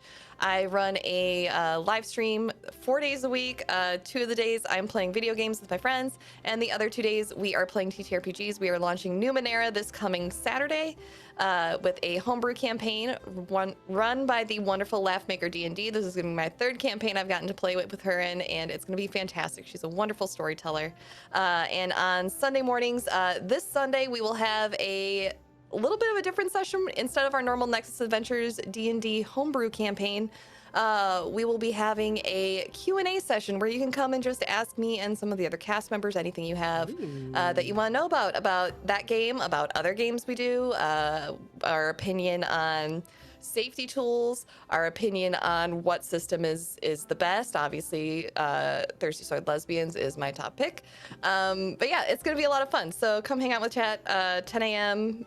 Sunday morning. All of my other schedule stuff gets pinned in my tweet. I'm also on the Bard's Playhouse playing in a Vampire the Masquerade game and some other special guest things coming up there. Yeah, I'm everywhere. Just it's pinned in my it's pinned on my Twitter. That is a great problem to have. Right? I haven't learned the word no. Yeah. Busier is better. Yeah. Busier is better until it catches up with you. But then you can be like, listen, I'm just so awesome that I couldn't get everything done. That's it. Sorry. That's my excuse anyway. That's the excuse I'm going to have. That gives me anxiety to think that I'll say that. Sometimes that's your last resort. That's all you've got. Thank you so much for being here. It has been such a delight. Frankie is such a fucking badass, man. Like, you were like, I want to go out there and talk to the dead. I was like, well, didn't see that coming. Oh, notes. I love being the character dressed in black from head to toe in this colorful world, just like, yep. I stick out like a sore thumb. I love this. It's funny because I feel like if you hadn't been dressed like just like really edgy, that they would have just looked over you. Ah, yes, I like mine. See, black, you know what to do. Really great. Blooming flowers. Let me fix those. Snip. So I have been your GM and your host, Candace the Magnificent. My pronouns are she, they. This has been such a delight. My heart is so full. Tomorrow I'm going to be like floating on air and just like fantasizing about all these fantastic characters at my table. Like, wow. I am so lucky and I'm feeling very, very honored right now. So thank you. You can find me here every Tuesday for the next month. Every Tuesday in June, as I'm sure you guys have already seen from the copious propaganda we have put out there shamelessly. It's nice to look at, so hopefully you don't mind. Every Tuesday this month at 8 p.m., same time, same place, you all can see our cast continue to play Thirsty Sword Lesbians in honor of Pride. All donations, just like tonight, will be benefiting the Trevor Project. About 45% of LGBTQIA kids, they really need that support. They don't have welcoming homes. They feel like they have nowhere to turn. And the Trevor Project not only supports these kids, by kind of having outreach programs and safe spaces for them to engage and make friends online, but there's also a volunteer hotline that people also can donate their time to if you would rather if you want to take this thing for a little bit further. They will actually give you paid training or unpaid training. It's like 40 hours of training for free that I believe carries over to like other organizations if you intend to volunteer your time again in the future. You become certified. And I think it's like only 3 hours a week or something like that. And you can volunteer just to talk to kids that need a hand. Anywhere from, hey, I'm trying to figure out how to come out, to I'm feeling suicidal, I'm feeling unsafe. Everybody deserves to feel loved and accepted and seen and heard. And that's why, we at the Rainbow Roll, me, myself, Todd Moonbounce, and Kay Purcell, that's why we chose the Trevor Project, because especially in today's society where we have all these laws going up that are, further marginalizing already marginalized people. No child should have to deal with that, let alone an adult. So thank you so much to everybody who donated tonight, to everybody who might donate in future. If you guys, shout us out to your friends or your family members, and you just kind of keep this ball rolling so that we can just kind of donate as much as we possibly can. Like, we're really trying to go hard for Pride. I am a Black and queer content creator. Very, very proud of those two things. I can be found at that Candace Girl on Twitter. I can be found at Candace Magnificent on Twitch and on Instagram. And you can also find me at Candace Magnificent. I do not have 100 subscribers yet on YouTube, so I don't have my sexy vanity label. So, but one day I will, and it'll be Candace the Magnificent. If you like bougie ice cream reviews, please check me out on YouTube. I post reviews of sexy ice creams, including Jenny's, Van Leeuwen's. I recently had a request for some trash ice cream, so you will see that coming up. I like really bizarre flavors, so I just lean into that. You can also find me every Friday this month, actually. I have committed myself to performing ukulele concerts. I am a ukulele enthusiast, and I do covers, so please come if you want to hear me do ukulele covers, and sometimes there's a kazoo. It's weird, but I've accepted that about myself, and it's great. You play the kazoo too? I do. It's delightful. Why do you have a black kazoo? It's so cool. Mine is this hideous orange color. It's ridiculous. I'll send you the link to where I got mine. Please, I would very much appreciate it, because mine is embarrassing. It's like I was being a smartass, and I bought this little orange, like I bought a cute toot, and it has this horn that comes up like a phonograph to just make it more loud and obnoxious as well. It's very embarrassing, I love but that. I can't get being enough. loud and obnoxious is never a bad thing. This is what I thought at first, and now I'm second guessing. That's the No, message don't- of this entire game, of course. Don't Right. second guess yourself. You did perfectly. That was be as loud and obnoxious as you can be. Thank you. I am going to try and Thursdays I might be doing some queer video games. We'll see, maybe some visual novels, some Monster Prom, some Arcade Spirits, maybe some Hades. And then Fridays, like I Three said, of my we'll faves. have right, so good. Mhm. And Friday we'll have concert. This Friday I'm going to be continuing my Steven Universe concert that I had to split into two because there's just so many good songs. It's my favorite cartoon of all time. If you would like to do something special for Pride and kind of keep this vibe going, please watch Rebecca Sugar's masterpiece, Steven Universe. It's on Hulu and HBO Max. It is a beautiful and diverse tale about the queer experience through the eyes of a little boy, and I love it. So that's my plug for tonight. You can also see me coming up on Todd's channel on every other Sunday, starting this Sunday, the 12th. I will be in Masks, and my character is named Blink. Her name is Desiree. Now I'm going to forget her last name. Desiree Merida, and she is a superhero. She's an asshole, but that's fine. And then on the 16th on Carrie Smith's channel, you'll be able to find me on Outbreak Undead for a one-shot. If I last, we'll see what happens. I don't know. I might die like 5 minutes into the thing. So I love Outbreak. I hope that you'll be with me in spirit and like keep me alive. I will. It's don't so have a lot of hope. punishing, but you'll have a great time. Awesome. Once again, thank you, everybody. Thank you so much. Big, gigantic shout out to Todd Moonbounce for hosting us tonight. Fantastic time. Thank you so much, Todd, for running all of this for us and lending us your channel and your space. You're a fantastic ally. We're super lucky to have you. Thank you to Full Rubber Ducky, David Lee, for your phenomenal contribution with your haikus. Thank you to Domo Kame, also known as Domo Jason on Twitter, for the phenomenal overlays and a bunch of the art that he worked on and worked also collaboratively with Todd. I have such a fantastic team behind me. And then rounding that out is Kay Damphie Purcell, just an absolute goddamn dynamo. Every Tuesday you can find them on their channel, and they do a chaotic wholesome talk show, so please don't miss that. That's ongoing all year round. And they're going to be on some really cool projects too, so please peep their Twitter to learn more about what they're up to.